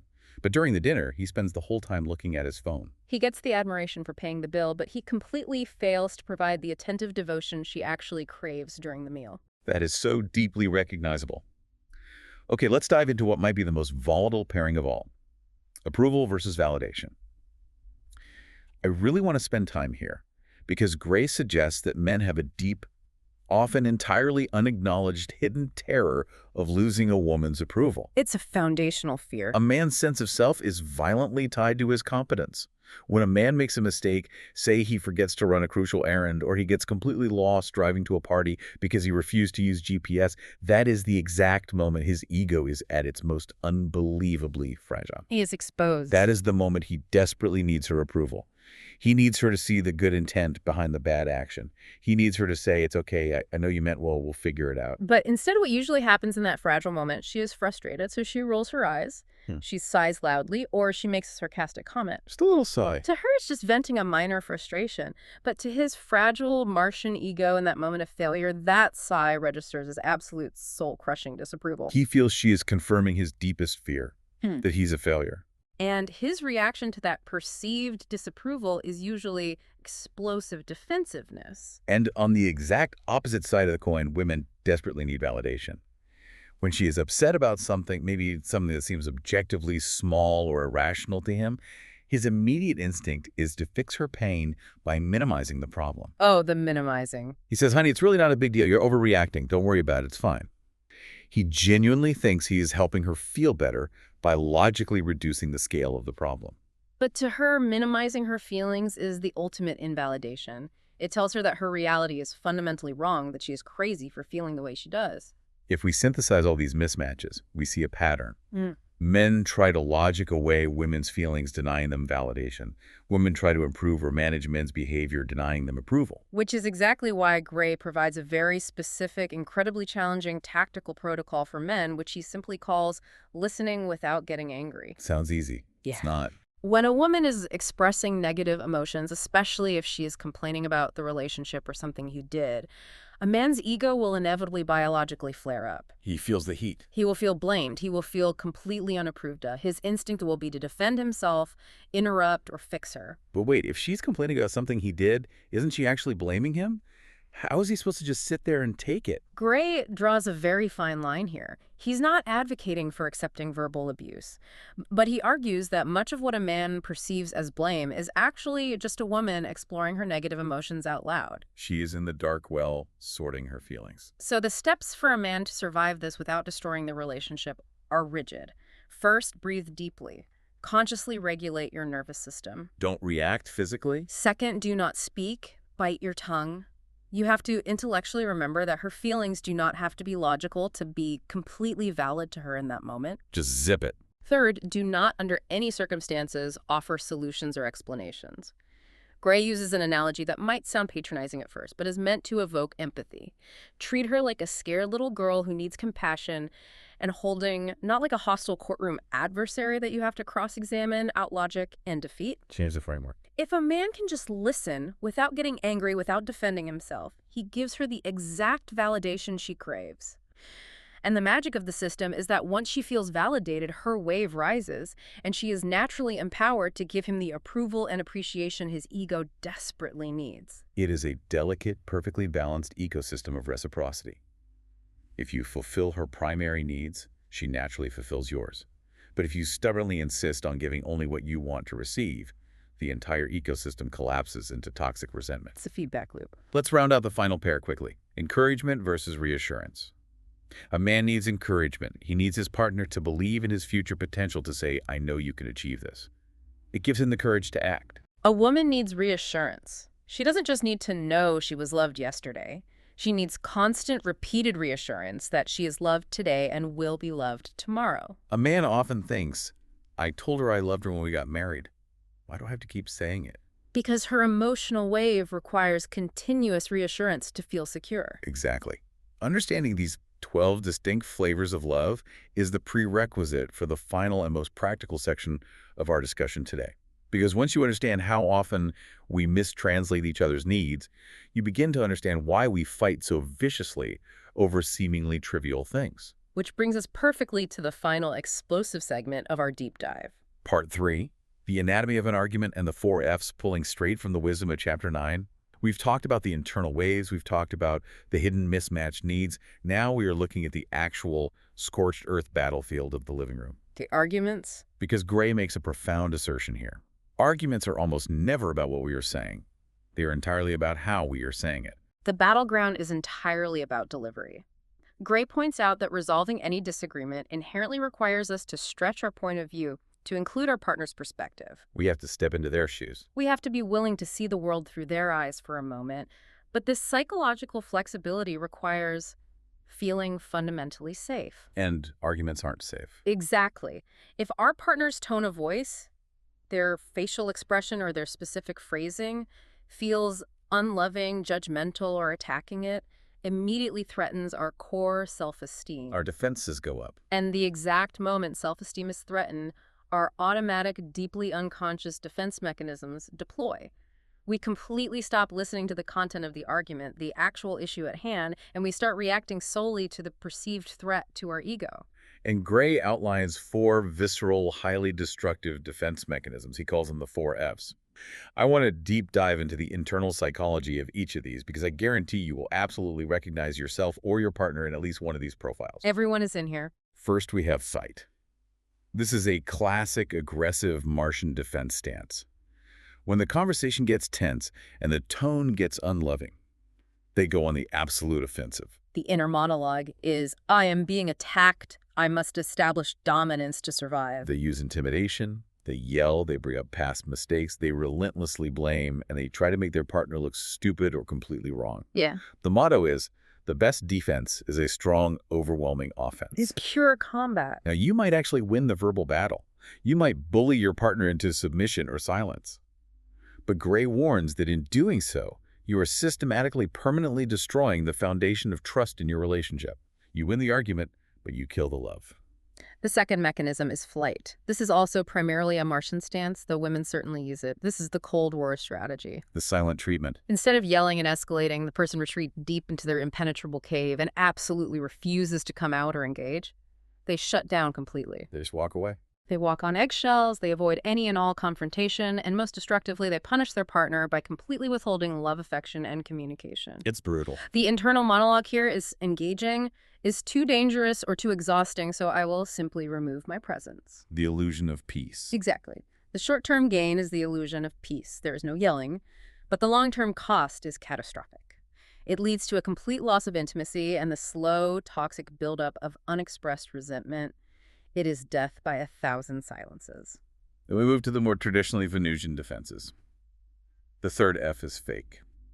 Oh, this was painful. This is slapping a bright, cheerful smile on your face and pretending everything is completely fine when you are dying inside. The ultimate accommodators. A person employing the fake strategy sacrifices their own wants, needs, and negative feelings entirely to avoid making waves or causing a fight.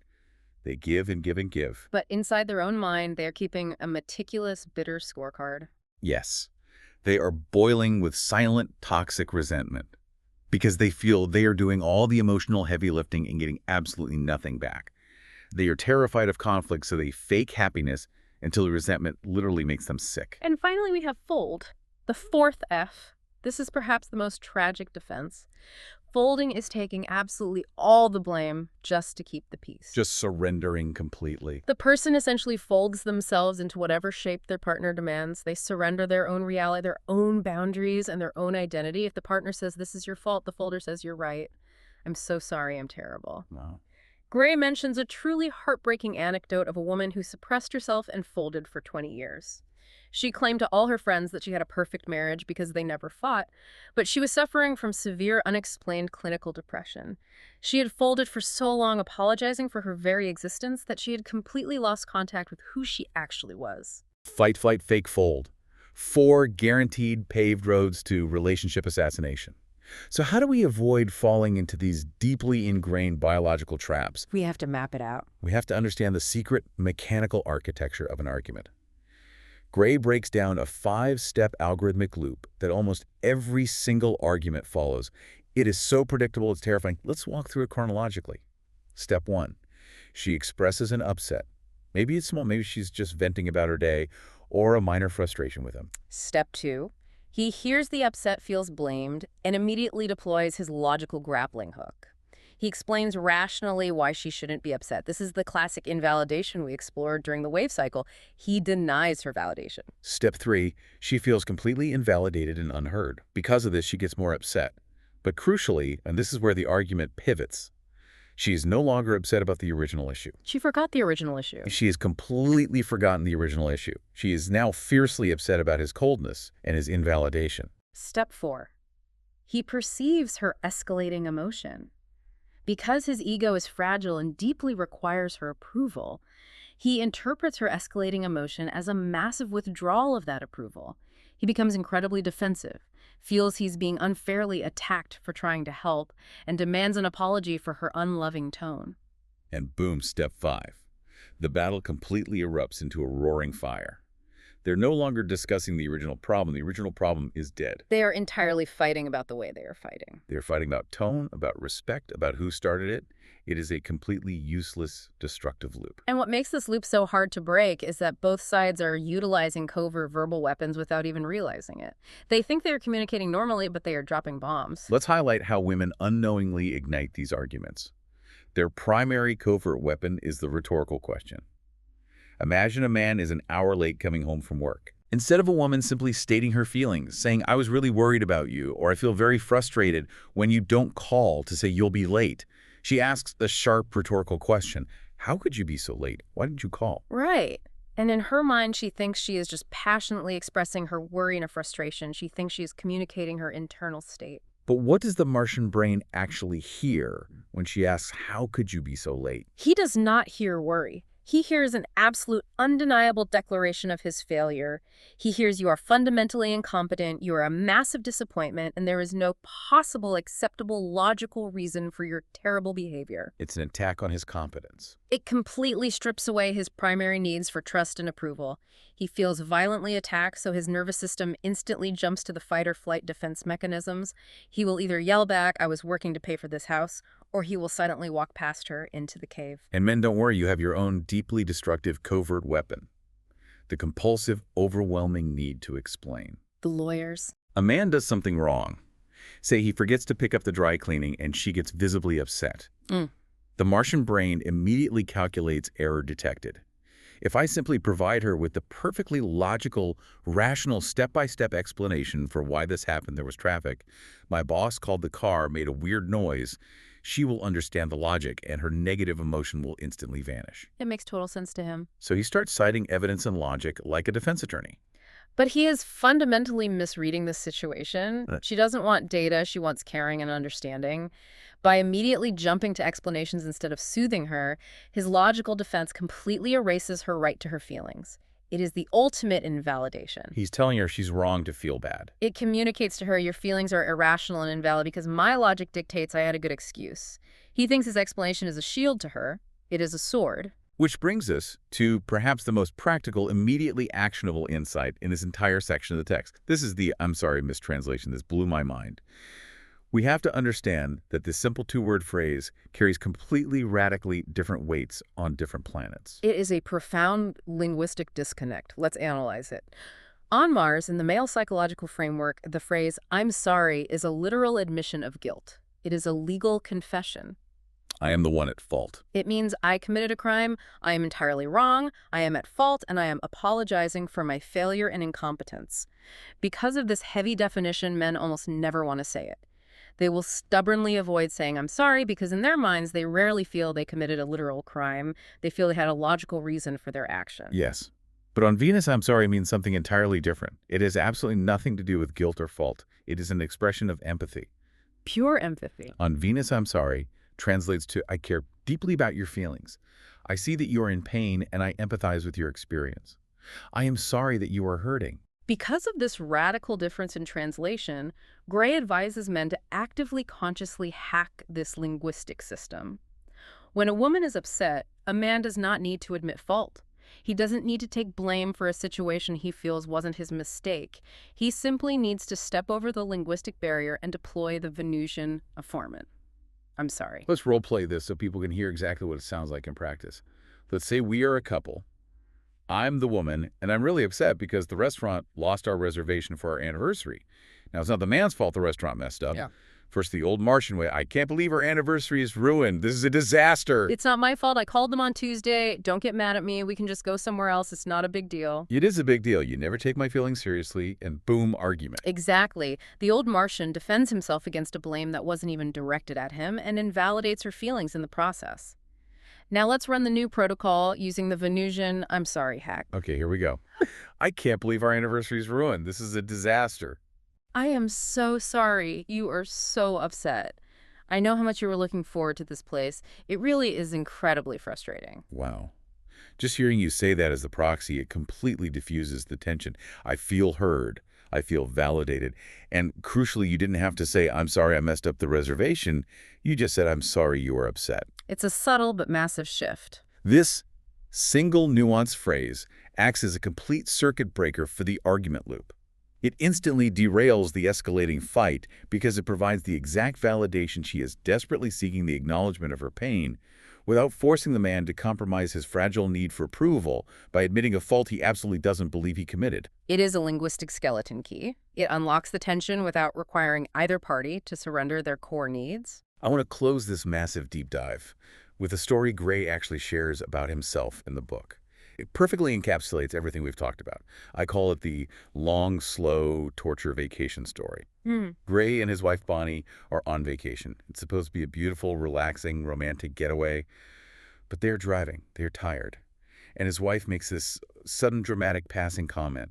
She stares out the window, sighs heavily, and says, our life is a long, slow torture. Now stop right there. Imagine being the husband, having paid for this vacation, driving the car, and hearing your wife say that your life together is a long, slow torture. The analysis of this exact micro-moment is the crux of Gray's entire methodology. Let's look at the old John Gray before he mapped out the wave and the mismatches. The old John Gray would have heard that comment and taken it completely 100% personal. Oh, of course. His Martian ego would have flared up. He would have felt his fundamental approval being violently stripped away. He would have immediately deployed the fight-defense mechanism. He would have defended his honor and the vacation. He would have said, what are you talking about? I work 80 hours a week to pay for this trip. We are in a beautiful place. How can you be so ungrateful? The classic escalation. The argument would have instantly ignited into a blazing inferno, and the entire vacation would have been permanently ruined. But the new John Gray, the author of these frameworks, paused. He recognized the mechanics of the moment. He recognized that his wife was on the downward slope of a Venusian wave. So he was crashing into the well. She was tired, she was stressed from travel, and she was just venting a passing negative feeling. She was doing a little bit of emotional house cleaning out loud. She wasn't handing down a permanent objective ruling on their marriage. So instead of defending the trip, instead of throwing down the logical grappling hook, he simply validated her feeling. He used the concept of understanding.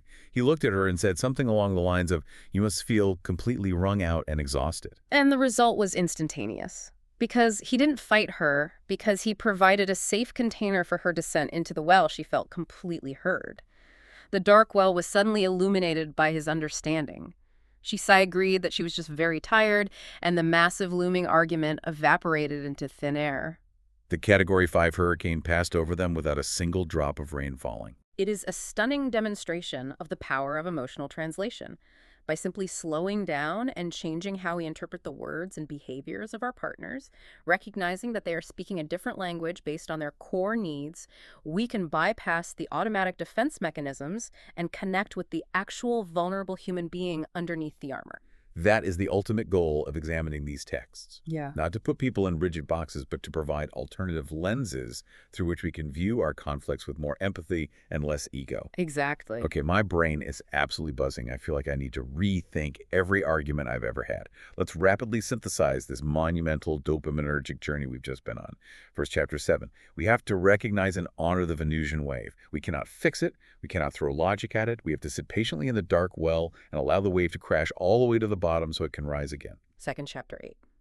We must ruthlessly swap our love languages. We have to stop pouring our own premium diesel into our partner's electric car. We must stop projecting our own needs and start giving the specific targeted trust or caring or approval or validation that our partner actually requires to feel safe. And third, chapter 9.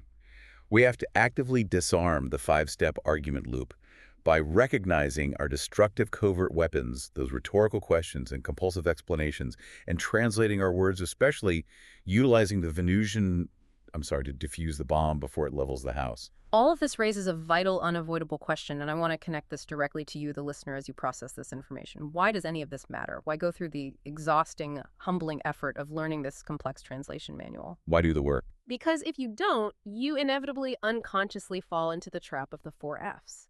If you rely on faking your happiness, folding your identity, fighting for dominance, or fleeing into the Cold War of silence, you might successfully avoid an uncomfortable argument tonight.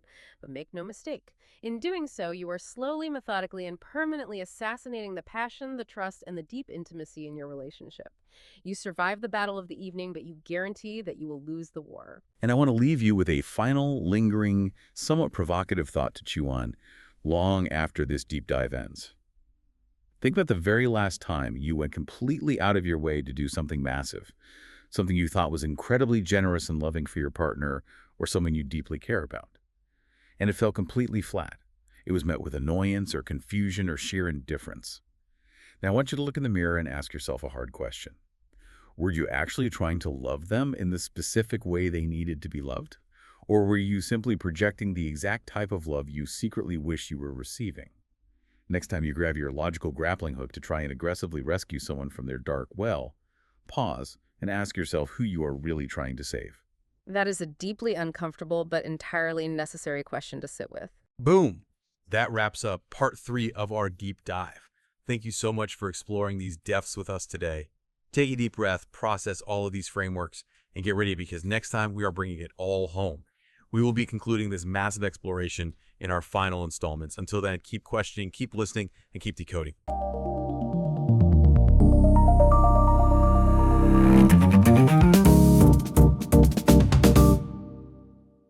Welcome to the grand finale. You have officially made it to part 4. This is the absolute final installment of our deep dive into John Gray's seminal relationship text, Men Are From Mars, Women Are From Venus. And, if you've been with us through the first 3 parts, you already know we have covered a massive amount of interplanetary ground. We really have. I mean, we've looked at the foundational theories, the differing stress responses, the distinct languages these 2 metaphorical planets speak. But today is where the rubber meets the road. It really is. We are crossing a critical threshold today. What's fascinating here is that the focus of this final exploration, it's shifting entirely from those theoretical frameworks we discussed earlier, straight into the pure mechanics. Right. The mechanics of making a relationship survive over the long haul. Because our mission today is highly specific. We are examining exactly chapters 10 through 13 of the text. And this Right. isn't just about understanding conceptual differences anymore. This is the operational manual. It's the manual for surviving and thriving in an alien landscape. Exactly. And because it's the operational manual, we're going to move with some serious intention today. I promise you a dopaminergic sprint. Right. We are going to decode the exact mechanics of relationship scorekeeping, which frankly is a concept that might completely reframe like every single argument you've had over the last decade. Oh, absolutely. We're going to explore the literal alchemy of processing toxic emotions before they calcify and just destroy your connection. We're going to outline the exact, highly specific linguistic shifts required to get support from your partner. And finally, we're going to look at how to weather the shifting, inevitable seasons of a long-term relationship. The overarching question you need to keep in the back of your mind as we navigate all of this, it's really one of application. How do you take all these theories and actually apply them when your own honeymoon phase ends and the friction of real mundane life hits? Yeah, real life. Because that is the true test of this material. I mean, theory is easy when you're deeply in love and everything is going perfectly well. Mechanics are what save you when you are exhausted, frustrated, and deeply misunderstood. So let's look at those underlying mechanics, starting straight away with Chapter 10. The core concept here is scoring points. And it essentially frames relationship dynamics as well as the gamification of love. That's a great way to put it. I want you to visualize this with a very specific, visceral analogy. Imagine a massive, neon-lit sports arena. On one side of the stadium, you have the Martian scoreboard. It is a giant, glowing, high-definition jumbotron. And on this jumbotron, the scoring is entirely based on magnitude. Big effort equals a massive point payout. Right. If a Martian hits a grand slam, let's say he buys his partner a new car, or he books and pays for a 2-week tropical vacation in the Maldives, that jumbotron lights up with 30, 40, maybe 50 points all at once. Which aligns perfectly with the Martian psychology we've been exploring so far. Men idealize efficiency and magnitude. They believe in proportional scoring. From a Martian perspective, if you put in a massive amount of effort and financial or logistical resources, you should be rewarded with a massive, enduring block of appreciation. You earn the big points. But if you look across the arena to the Venusian scoreboard, the architecture is completely different. It is not a jumbotron at all. No, it looks more like one of those old-school arcade-style ticket dispensers, you know the ones. And this brings us to the brutal reality that trips up so many relationships, often fatally. On Venus, every single action, no matter how monumental or how microscopic, is worth exactly 1 point. 1 point. A single red rose brought home on a random Tuesday. 1 point. Paying the mortgage on time and keeping a roof over the family's head, 1 point. Buying her that brand new car, 1 point. Okay, hold on. I have to play devil's advocate here for a second, because if you're looking at this from a purely logical standpoint, isn't that exhausting for a man? Oh, it is. Like, if he buys a car and gets 1 point, and then he opens a door and gets 1 point, doesn't that inherently disincentivize him from ever making those grand, sweeping gestures? It sounds like a recipe for a man simply throwing his hands up and giving up. You would think so. And that is exactly why so many men build up immense resentment in long-term relationships. They feel like they're operating on a gold standard while their partner is operating on a system of pennies. But you have to look at the underlying currency here to understand why Venusians score this way. The text explicitly tells us that a woman possesses what the author calls a love tank. A love tank. Right. And this love tank fundamentally does not operate on bulk deposits. It is structurally designed to require constant, tiny, consistent drops of attention and affection to stay full. So it's not about the financial or energetic value of the gesture. It's about the frequency of the gesture. Precisely. The frequency is the message. When a woman receives a small gesture, a text in the middle of the day, a compliment, a cup of coffee brought to her desk, the message her brain registers is, "He is thinking of me right now. I am cherished." Yeah. If a man does one massive gesture, the 30-point tropical vacation we mentioned, and then he comes home, considers his job done, and coasts for a month thinking he has this massive surplus of points in the bank, what happens to her love tank? It runs completely dry. Just fumes. Exactly. He's sitting on the couch feeling like a conquering hero who just won the championship, and he is utterly baffled as to why she is acting cold or distant. And she is feeling utterly neglected because in her mind, that vacation scored exactly 1 point on the day it happened, and she hasn't received a single drop of affection since. It's a devastating misunderstanding, and the book actually lists 101 ways to score points with a woman. Reading through it, you realize it's essentially a masterclass in the micro moments of love. Yeah. It's not about grand, expensive gestures at all. It's about, opening the car door. Yes. It's about offering her a 20-minute block of absolutely undivided attention. And that means no phone, no television in the background, no distracted nodding while you look at a screen. Yeah. Just pure, focused presence. It's bringing home her favorite pie for no reason other than you saw it in the bakery and thought of her. It's scheduling extra time when you're traveling together to the airport so she doesn't have to feel the anxiety of rushing. It's simply noticing when she looks physically tired and offering to take over a chore before she ever has to ask. These are all single points, but they are the steady, reliable drops that keep the Venusian love tank full and stave off the feeling of being taken for granted. But the gamification of love doesn't stop with positive reinforcement. This arena we've built, it has a dark side. Because men don't just award points for the things women do. According to the text, the Martian point system includes a very strict mathematical system of penalty points. The penalty system is where the friction really ignites in a house. Men actively deduct points. When a man feels unloved, unsupported, or, and this is critical, when he feels his competence is rejected or mocked, he mathematically deducts points from his partner's accumulated score on his jumbotron. Okay, let's unpack this math, because it is terrifying if you are a partner who doesn't know this invisible accounting is happening in his head. Let's say a woman has been putting in serious, undeniable work. She's been incredibly supportive during his tough month at work. She's taken on extra mental load around the house. She's been a sounding board. She has built up, let's say, 30 solid points of effort on his jumbotron. He feels loved and supported. A great month. Right. But then they go to a dinner party, and she criticizes him harshly in front of his friends about a mistake he made. His feelings get deeply hurt. His competence is publicly shamed. In an instant, she doesn't just lose those 30 points. He might penalize her 40 points. Suddenly, despite months of effort, she is sitting at -10. The subtext of this interaction is what's really interesting here. It's rooted deeply in how men idealize fairness and justice. When a man thinks he has given his fair share to a relationship, he feels perfectly justified in stopping to rest. He feels the scales are balanced. But when he feels unappreciated or actively criticized, he penalizes her out of a sense of wounded justice. He actually negates the good she has done because the immediate sting of the rejection overwrites the history of her support. He thinks, well, if you can treat me this poorly now, then all that support before must have been conditional or fake. So he just wipes out the ledger. That sounds incredibly volatile, like walking on a landmine. It is volatile, but the text offers a crucial lifeline here. The Martian point system is highly reactive, yes, but it is also highly elastic. Just as quickly as a Martian deducts those points in a moment of pain or embarrassment, the second he feels loved, trusted, and supported again, he restores the balance. He doesn't hold the grudge forever. Once the environment feels safe and validating again, he gives the points back. Okay, so the Martians have their volatile penalty deductions. But the women have their own version of a point system collapse, and the author calls it the resentment flu.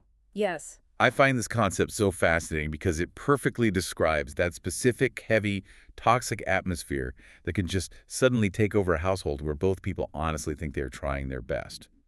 How does the scorekeeping trigger this flu? The resentment flu is an emotional sickness that takes hold when a woman feels the score is wildly uneven over a sustained period of time. Remember, Venusians idealize unconditional love. Their cultural conditioning tells them they should give and give and give, often to the point of complete self-sacrifice. They will pour out their love tank until there is nothing left but fumes. But when a woman finally hits that point of absolute emptiness, she looks at the scoreboard. Let's say she unconsciously calculates that she has given 40 points of effort over the week, and her partner has given 10 points. And because her tank is empty, the math she does in her head to reconcile that discrepancy is just wild. It is entirely irrational, but emotionally it feels like absolute truth to her in that moment. She unconsciously subtracts his 10 points from her 40 points.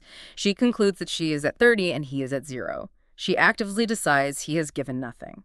She negates his 10 points entirely because the overwhelming exhaustion of her resentment is blinding her to his contributions. Imagine the scenario this creates.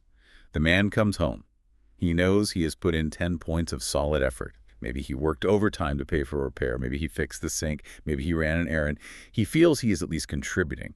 But he walks through the door, and he is greeted by a partner whose eyes, body language, and tone are screaming, "You are a 0. You do nothing around here. I carry the entire weight of this life."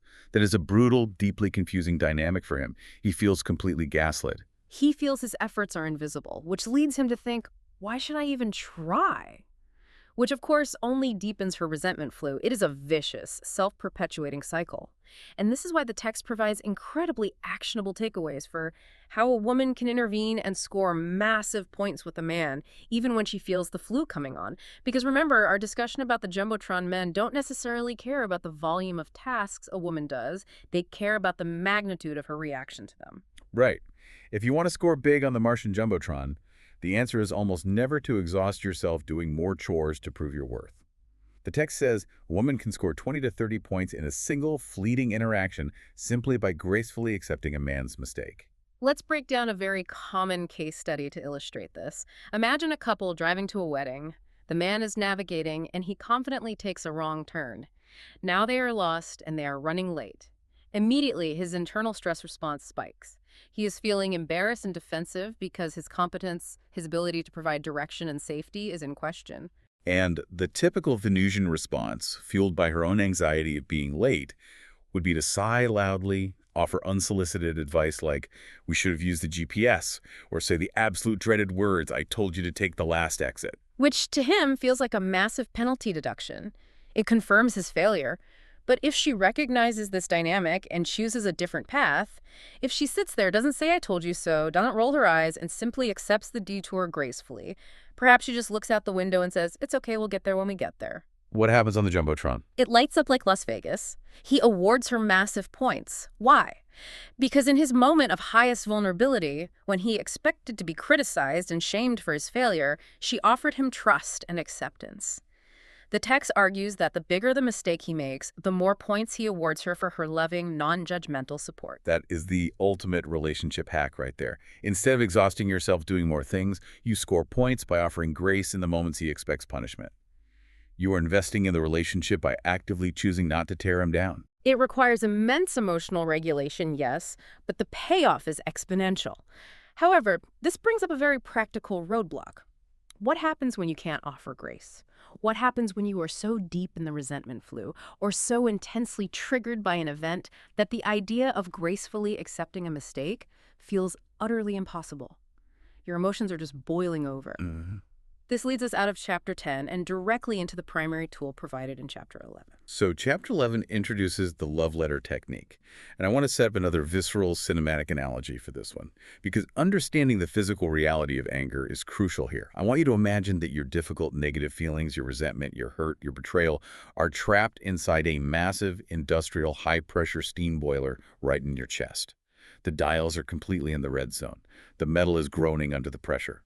Now, the modern progressive advice is always to communicate and talk it out. But if you try to just talk it out with your partner while your internal pressure is at that red line, what happens? The pipes explode. You are going to have a catastrophic argument. You will say things designed to inflict maximum damage, not things designed to foster understanding. Exactly. When we are furious, our nervous system is in full fight-or-flight mode. We literally cannot access the loving, rational parts of our brain. They are walled off by the steam. So the love letter is presented as the manual pressure release valve for that boiler. It is a highly specific, highly structured technique designed to bypass that biological fight-or-flight response and bleed off the toxic steam safely. The structure is what makes it effective. It is not just journaling or aimless venting. It forces you to write out your negative feelings in 5 distinct sequential layers. And the order of these layers is absolutely critical. You cannot skip around. You must move from anger to sadness to fear to regret and finally to love. Let's ground this by dissecting a deeply relatable example from the text. There's a scenario involving a couple, Tom and Samantha, and it perfectly illustrates why this sequential bleeding of pressure works. Here's the setup. Tom was supposed to take their daughter to an important dentist appointment. He decided to take a quick nap beforehand, overslept, and completely missed it. Which is a classic high-stakes trigger for a massive fight. It touches on themes of reliability, childcare burdens, and broken promises. Absolutely. The boiler is at maximum pressure. Samantha was rightfully furious. Now, the instinctive response, the exploding steam boiler response, would have been to wait for him to wake up and immediately blast him verbally. How could you be so selfish? You never do what you say you're going to do. But instead, she sat down with a pen and paper and used the pressure valve. She engaged the love letter technique. And she had to start with the first, most volatile layer, which is anger. You cannot suppress the anger or pretend it isn't there. She wrote out the pure, unadulterated steam. I am furious that you forgot. I hate it when you take naps in the middle of the day. I am so angry that I'm tired of feeling responsible for every single logistical detail in this family. I am sick of you acting like a child. It's vicious, Hmm. but it's real. And because she put it on the page, instead of screaming it at him, the pressure dropped just enough. She vented the top layer. And underneath that anger, she was able to access the second layer, which is sadness. So the tone of the letter shifts. She wrote, I am sad that I feel like I can't rely on my partner. I am sad that our daughter missed her appointment. I am sad that you work so hard and are so chronically tired that you can't even stay awake. The shift in tone there is profound.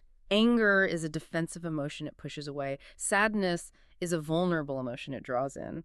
From sadness, she moved to the third layer, which is fear. I am afraid that I am going to have to do everything by myself for the rest of our lives. I am afraid that you don't actually care about the family's needs. I am afraid we are drifting apart. Then comes the hardest pivot. The fourth layer, regret. This requires owning your part of the dynamic. She wrote, I am sorry that I am often so demanding and critical of you. I am sorry that I don't always appreciate how hard you are working to provide for us. I am sorry I didn't wake you up myself. And finally, because she had systematically bled off all the blinding anger, the deep sadness, the paralyzing fear, and the humbling regret, she found the bedrock layer that was there all along, and that is love. I love you. I know you are doing your best. Let's figure this out together. What happens next is the magic of the technique. She handed him the letter. Now put yourself in Tom's shoes. If she had screamed that first layer of anger at him, he would have instantly become defensive. He would have yelled back about how hard he works or how she's a nag, but because he read the anger, followed immediately by her sadness, fear, regret, and love, he felt completely understood instead of attacked. He saw her pain, not just her wrath. The result: they had a peaceful, connected evening. Oh, and Tom made absolutely 100% sure their daughter got to the rescheduled dentist appointment the next week. The text places immense emphasis on the fact that you must hit all 5 layers. You cannot shortcut this process. If you skip the anger phase because you think it's unproductive, you're just suppressing the steam and it will leak out later as passive aggression. If you stop at fear and hand your partner the letter, you leave them feeling hopeless and overwhelmed by your anxiety. The deliberate progression through the negative emotions down into love is what transforms this from a weapon of guilt into a tool of profound healing. But let's look at the deeper mechanics here, because this brings us to, honestly, one of the most intellectually staggering concepts in the entire book. Why do these relatively minor infractions, like missing a dentist appointment, or a partner working late, or someone forgetting to buy milk, cause such explosive red line pressure in the first place? Why do we react with 10 out of 10 anger to a 2 out of 10 mistake? This is where the author introduces the 90-10 rule. And honestly, this rule is a deep psychological synthesis of everything we've been talking about across all 4 parts of this miniseries. The 90-10 rule states that when we are intensely, seemingly irrationally triggered by our partner, only 10% of the emotional pain we are feeling is actually related to the current event. Here's where it gets really interesting. Let that sink in for a second. Think about your last blowout argument. The text argues that only 10% of the rage or devastation you felt was actually about the unwashed dishes or the tone of voice your partner used. The other 90% is a ghost from your past. It is unresolved, repressed emotional pain, often originating in childhood, or from deeply wounding past relationships that has been sitting dormant in your subconscious, waiting for a safe environment to finally surface and be processed. And the terrifying paradox of a healthy relationship is that love is the ultimate safe environment. Love acts as a solvent. For years, we walk around with this heavy emotional armor to protect ourselves from the world. But when we fall in love, and we finally feel truly safe with another human being, that love dissolves the armor. And the moment the armor is gone, all those old, terrifying traumas come rushing up for air. The text provides a remarkably powerful case study of this mechanism in action, involving a couple named Susan and Tom. Susan was furiously angry at Tom. Her stated reason was that he was working late too often. Now, working late is annoying, but Susan's reaction was apocalyptic. She was devastated, enraged, and threatening to leave. It seemed like a massive overreaction to a partner putting in overtime, but she decided to use the love letter technique. And as she wrote, and as she moved through the anger layer and into the layers of sadness and fear, she had a massive, destabilizing revelation. She realized as her pen moved across the page that she wasn't actually furious at Tom at all. Tom was just the catalyst. She realized she was furiously, overwhelmingly angry at her father. She had severe unresolved childhood trauma regarding her father, who had abandoned her to an emotionally abusive mother. Tom working late, Tom simply not being physically present in the house for a few extra hours, was merely the 10% trigger. It was the spark that ignited the 90% powder keg of her childhood terror of abandonment. It is an incredibly humbling realization. If you connect this to the bigger picture of long-term relationships, it explains why arguments between two otherwise loving, rational people can become so vicious, so irrational, and so impossible to resolve through logic alone. In those moments of intense triggering, you aren't actually fighting your partner. You're fighting the ghosts of your past, and your partner is fighting the ghosts of theirs. Exactly. You are projecting the face of your wounder onto the face of your healer. The genius of the love letter technique is that it allows you to process that 90% on paper. It allows you to excavate the past trauma in a controlled environment so you don't unfairly project it onto your partner and destroy the relationship. But the technique actually doesn't stop at just writing the letter. There is a step two that is equally important, and frankly, it feels a little strange at first. It's called the response letter. Yes. After you write your love letter, you don't necessarily give it to your partner immediately. First, you take a fresh sheet of paper and you write a response to yourself, pretending it is written by your partner. You write down the exact words you desperately wish they would say to you in response to your pain. You write, "Thank you for sharing this with me. I understand why you are so hurt. I am so sorry I made you feel abandoned. I love you and I am here for you." Now, I have to push back a bit here, because I can hear people thinking, isn't writing your own apology completely delusional? Doesn't it defeat the purpose if you know you wrote it? It feels artificial at first, absolutely. But the author points out it serves two vital psychological purposes. First, on an internal level, it trains your own brain to accept support. Many of us are so used to fighting that even if our partner gave us the perfect apology, we would reject it. Writing the response letter softened their own defenses. But second, and this is the crucial mechanical part, if you do choose to share the letters with your partner, it provides them with a literal script. Because, and this is the tragic reality for so many couples, your partner might not have the slightest idea how to comfort you. How can a partner possibly know how to respond with perfect, empathetic, non-defensive love if they were raised in a house defined by screaming matches, emotional suppression, or neglect? They cannot. It is like asking someone to speak fluent Mandarin when they have never heard the language. They literally do not possess the emotional vocabulary. When you hand them your love letter, their instinct might be to defend themselves, to argue the facts, or to shut down. But by handing them the love letter, along with the response letter, you are giving them the exact blueprint for what you need. You are essentially saying, here's my pain, and here's exactly how you can heal it. You are building the 18 years of emotional training they never received from their parents. You are teaching them how to love you safely. It takes immense vulnerability, but it bypasses years of miscommunication. And just as a quick side note, the book does acknowledge that sometimes your anger is just too hot. Sometimes the ghost is screaming so loudly in your head that you cannot even fathom writing about sadness or love. For those moments, the book introduces the monster letter. The monster letter is pure, unadulterated, emotional house cleaning.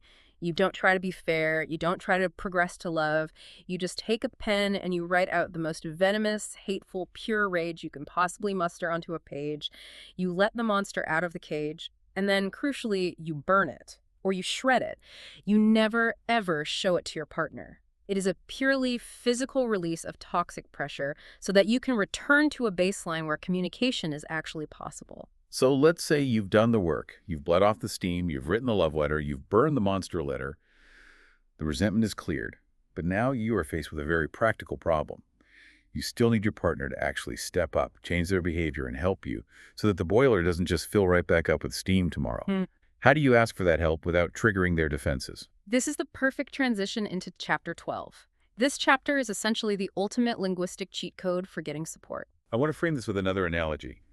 Asking your partner for support, especially when there has been a history of friction, is like being a covert military commando operating deep behind enemy lines. You are running low on supplies. You desperately need headquarters, your partner, to drop a resupply crate. But if you try to call it in and you don't use the exact precise radio frequency that headquarters is tuned to, they just hear static.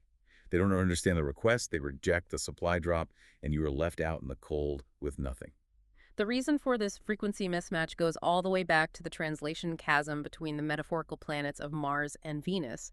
On Venus, the cultural motto, the highest expression of care, is love is never having to ask. Right. Venusians are described as being highly intuitive, almost radar-like in their awareness of others' needs.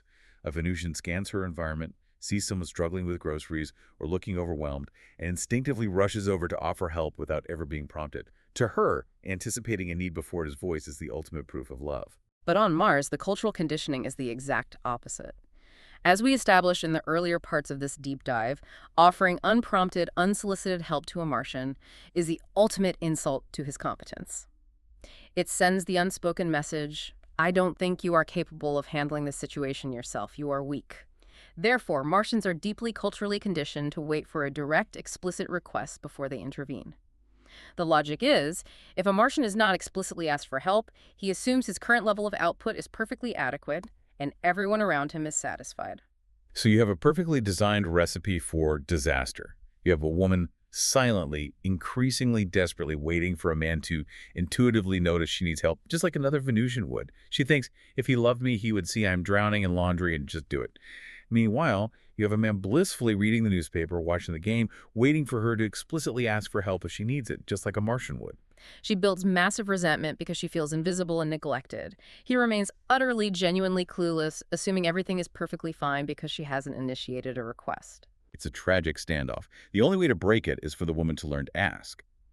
But, and this is where the book gets incredibly granular and useful, how she asks dictates whether she gets a yes or a fight. Here we hit the most crucial linguistic hack in the entire book. It is the subtle but profound difference between the lethal C words and the winning W words. This is perhaps the most immediately practical, testable advice in the text. When a woman finally overcomes her resentment and decides to ask for help, she naturally phrases it politely, the way she would ask a friend. She says, "Could you empty the trash?" Or, "Can you empty the trash?" Which sounds completely innocuous. It sounds perfectly polite and reasonable to a Venusian ear, but on Mars, that is a lethal C word. Using could or can is like jamming the radio frequency with static. Let's deeply deconstruct the Martian psychology here because it explains so much unnecessary conflict. When a man hears the question, "Can you empty the trash?" his highly literal, task-oriented Martian brain doesn't process it as a request for a favor. He processes the word can as a literal inquiry into his ability. His brain short circuits. He thinks, of course I can empty the trash. Do you think I am physically incapable of lifting a plastic bag? Do you think I'm incompetent? Why are you questioning my basic abilities? Exactly. It feels condescending, but it goes deeper than just feeling insulted. To a Martian, a "can you" question feels like an indirect, untrusting manipulation. He feels that she knows he can do it, but she is too afraid or passive-aggressive to simply ask him to do it directly, which means she doesn't trust him to be a willing partner. His defenses go up instantly. And the result is, even if he complies, the energy is toxic. He might take out the trash, but he will do it with a heavy sigh, a grumble, or an eye roll. Or, if he's feeling particularly defensive, he might just say no out of sheer irritation at the praising. He'll say, "I'm busy right now," just to reassert his autonomy. So what is the fix? It is remarkably simple. You swap the lethal C words for the winning W words, you banish could and can from your vocabulary when making requests, and you replace them entirely with would or will. Would you empty the trash? Will you help me with the dishes? It sounds like such a microscopic, pedantic shift. But the text insists that to a Martian ear, it changes the entire architecture of the interaction. Using would you bypasses his defensive perimeter completely. Why? Because would you inherently validates his ability, it assumes he can do it, and instead it asks for his willing service. He doesn't feel interrogated about his competence, he feels empowered to grant a request out of his own free will. It changes the dynamic from a manipulative test of his ability into a direct opportunity for him to step up, be the provider, and provide a service that makes his partner happy. It plays directly into his desire to be successful in the relationship. Okay, so you've swapped to the W words. You are using the right radio frequency. Now, the book outlines a highly tactical three-step training program to recondition a Martian to actually say yes to your requests consistently. And I love this section because it reads like you were hacking his programming. Step 1 is ask for what he is already doing. This step is entirely about building a habit and a positive association. You don't start by asking for major changes. If he already takes out the trash every single Friday morning without fail, you approach him on Thursday evening and say, "Would you take out the trash tomorrow morning?" which seems redundant. He was going to do it anyway. It is redundant in terms of action, but it is revolutionary in terms of conditioning.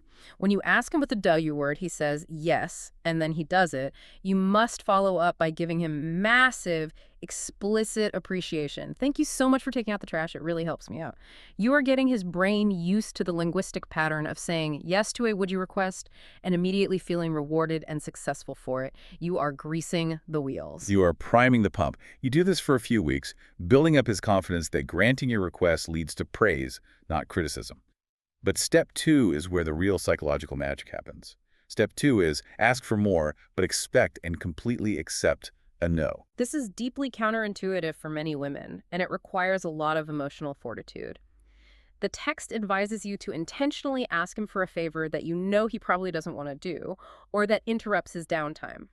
For example, he is relaxing on the couch, and you say, "Would you go to the grocery store and pick up some milk for me?" And here is the cinematic, slow-motion moment of truth. Mm. He hears the request. He is comfortable. He doesn't want to go out in the cold. So he says, "No, I'm really tired. I don't want to go right now." And as he says that word no, his body literally tenses up. He is bracing for impact. Because his entire life in past relationships, or even earlier in this relationship, when he's told a woman no, he's been penalized. He expects a heavy sigh, a glare, a guilt trip about how he never helps, or a full-blown argument. Yeah. He expects point deductions on the Jumbotron. But in this training exercise, the woman does none of those things. She simply says, "Okay, no problem," and she walks away without a single hint of resentment, coldness, or punishment in her voice. His mind is completely blown. He is left sitting on the couch in shock. The text explicitly states that when a woman gracefully accepts a man's no without punishing him for it, she scores massive, foundational points on his Jumbotron. He cannot believe she respected his boundary without a fight. He feels intensely loved, trusted, and accepted for who he is in that exact moment. And you have to look at what happens next in his psychology, because he didn't have to expend energy fighting to defend his boundary, and because he feels so intensely appreciated and trusted by her reaction, his natural desire to give returns. He is completely primed to say yes the next time she asks. In fact, he actually wants to say yes, to reward her for being so understanding and to reestablish his role as the helpful partner. Sometimes he might even change his mind 5 minutes later and go get the milk anyway, entirely of his own volition. It is brilliant psychological judo. You win his compliance by surrendering the demand, which leads us to the final phase, step 3. Assertive asking. Once you have reconditioned him to feel safe saying no, and he knows requests are not traps, you can start asking for bigger, more significant support. But the rule here is strict. You must be direct, you must be brief, and you must ruthlessly eliminate what the author calls the list of reasons. This is a very common Venusian pitfall. When asking for support, especially if they feel guilty for asking, women often feel the overwhelming need to justify the request with a long, exhaustive list of reasons. I can hear it now. Would you go to the store and get milk? Because I had a terrible day at work and my boss yelled at me and the kid's been screaming for 2 hours and my back hurts and I still have to finish this report for tomorrow, and on and on. From her perspective, she is sharing her reality. She is building a logical context, so he understands the urgency of her need. But to a Martian, a list of reasons doesn't sound like context or logic. It sounds like a prosecution. It sounds like a demand disguised as a request. Exactly. It sounds like you are building an airtight legal case that he cannot possibly argue against, backing him into a corner where he has to say yes, otherwise he is a monster who doesn't care about your terrible day or your bad back. It entirely removes his freedom to choose to help you. It feels manipulative. So the key is brevity. Just ask. Would you go to the store and get some milk? Period. Silence. If you use the W word, keep it incredibly brief, and don't provide a list of reasons, he doesn't feel backed into a corner. He feels he has the freedom to grant the request out of love and generosity rather than out of legal obligation or guilt. And when a Martian feels he is choosing to help out of generosity, he will move mountains for you. Incredible. Okay, we have covered the Jumbotron scoreboards and the love tank. We've vented the pressure valves of the love letters. We have mastered the commando radio frequencies of wood versus can. We have sprinted through the dense practical mechanics of daily survival. Now, I want to dramatically shift the pacing. I want to slow the sprint down just a fraction. Take a deep breath with us. We are entering chapter 13, the final chapter of the book, the epic conclusion. This chapter is profoundly different in tone. It shifts from the microscopic day-to-day tactical mechanics to the grand macro view of a lifetime spent together.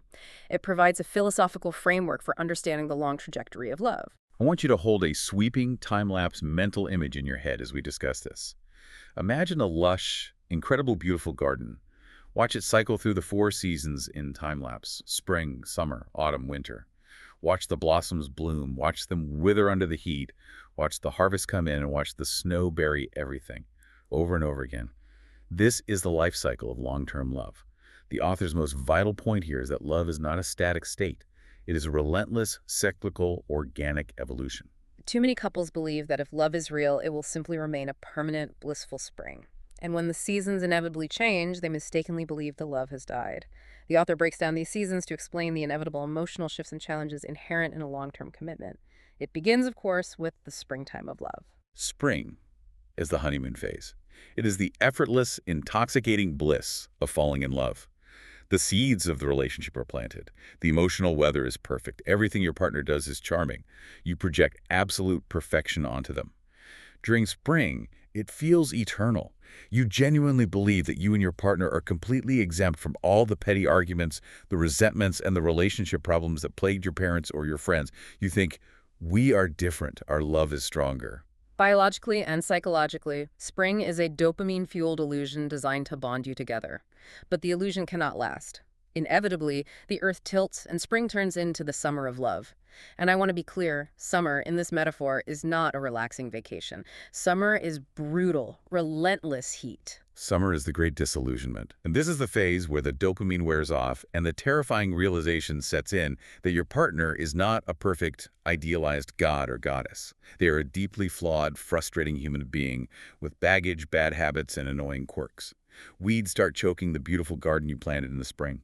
This is the phase where the highest percentage of relationships fail. Couples hit the summer heat, the arguments start, the differences between Mars and Venus become glaringly apparent, and they think, I must have chosen the wrong person. The magic is gone. I don't love them anymore. They believe the death of spring means the death of the relationship. But as the text beautifully explains, summer isn't the end. Summer is the crucible. Summer requires sweat. It requires hard, unglamorous work, active communication, and getting on your hands and knees to uproot those weeds.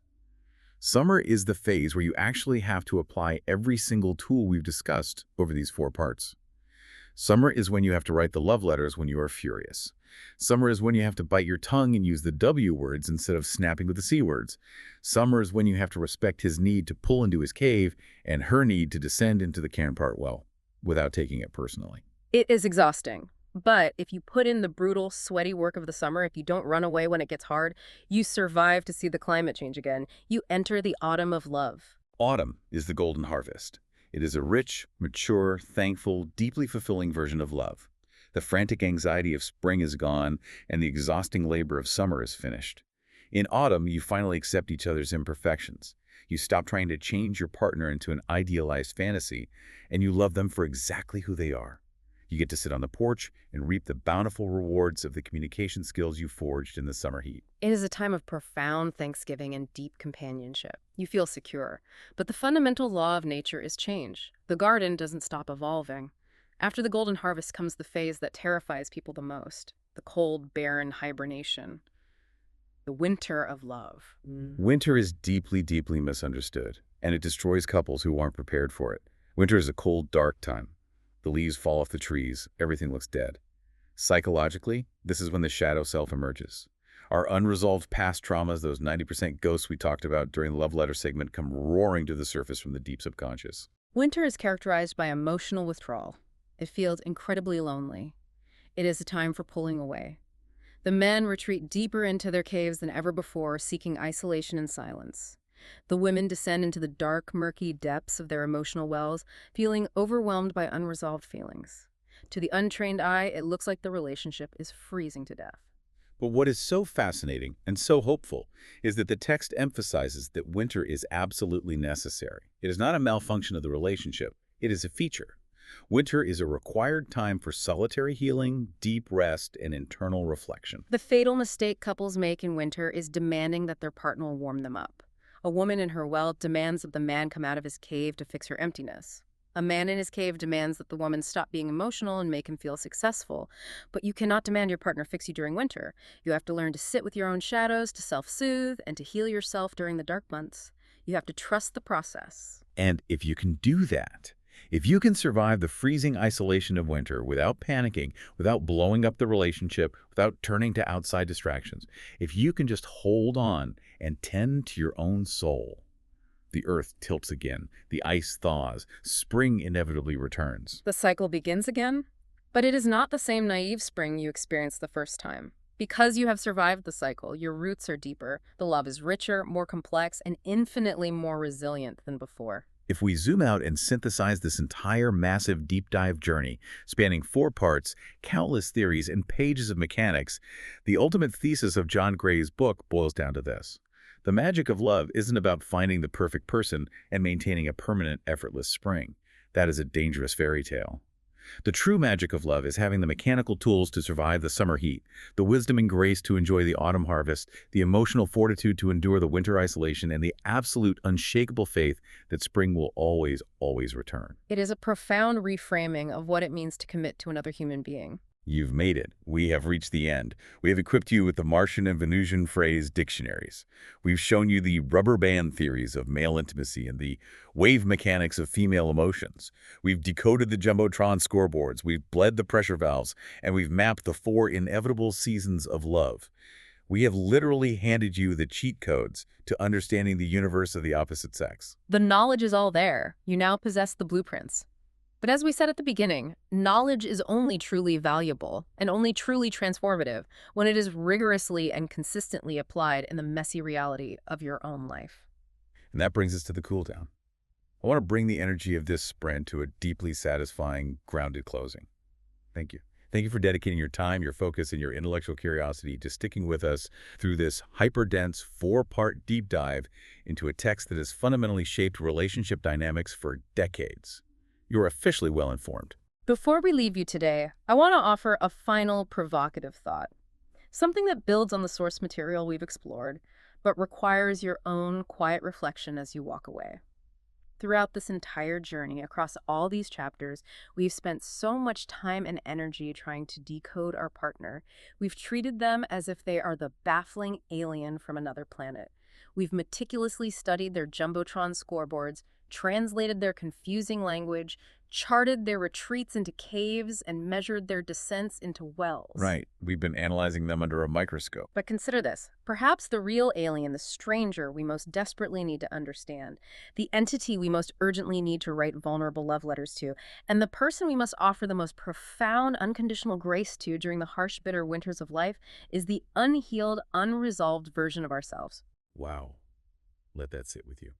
Understanding our differences is the ultimate key to unlocking the love we deserve with another person. But the journey always, inevitably, starts with understanding the alien within. Thank you for diving deep with us. Take care of yourself. Take care of your gardens.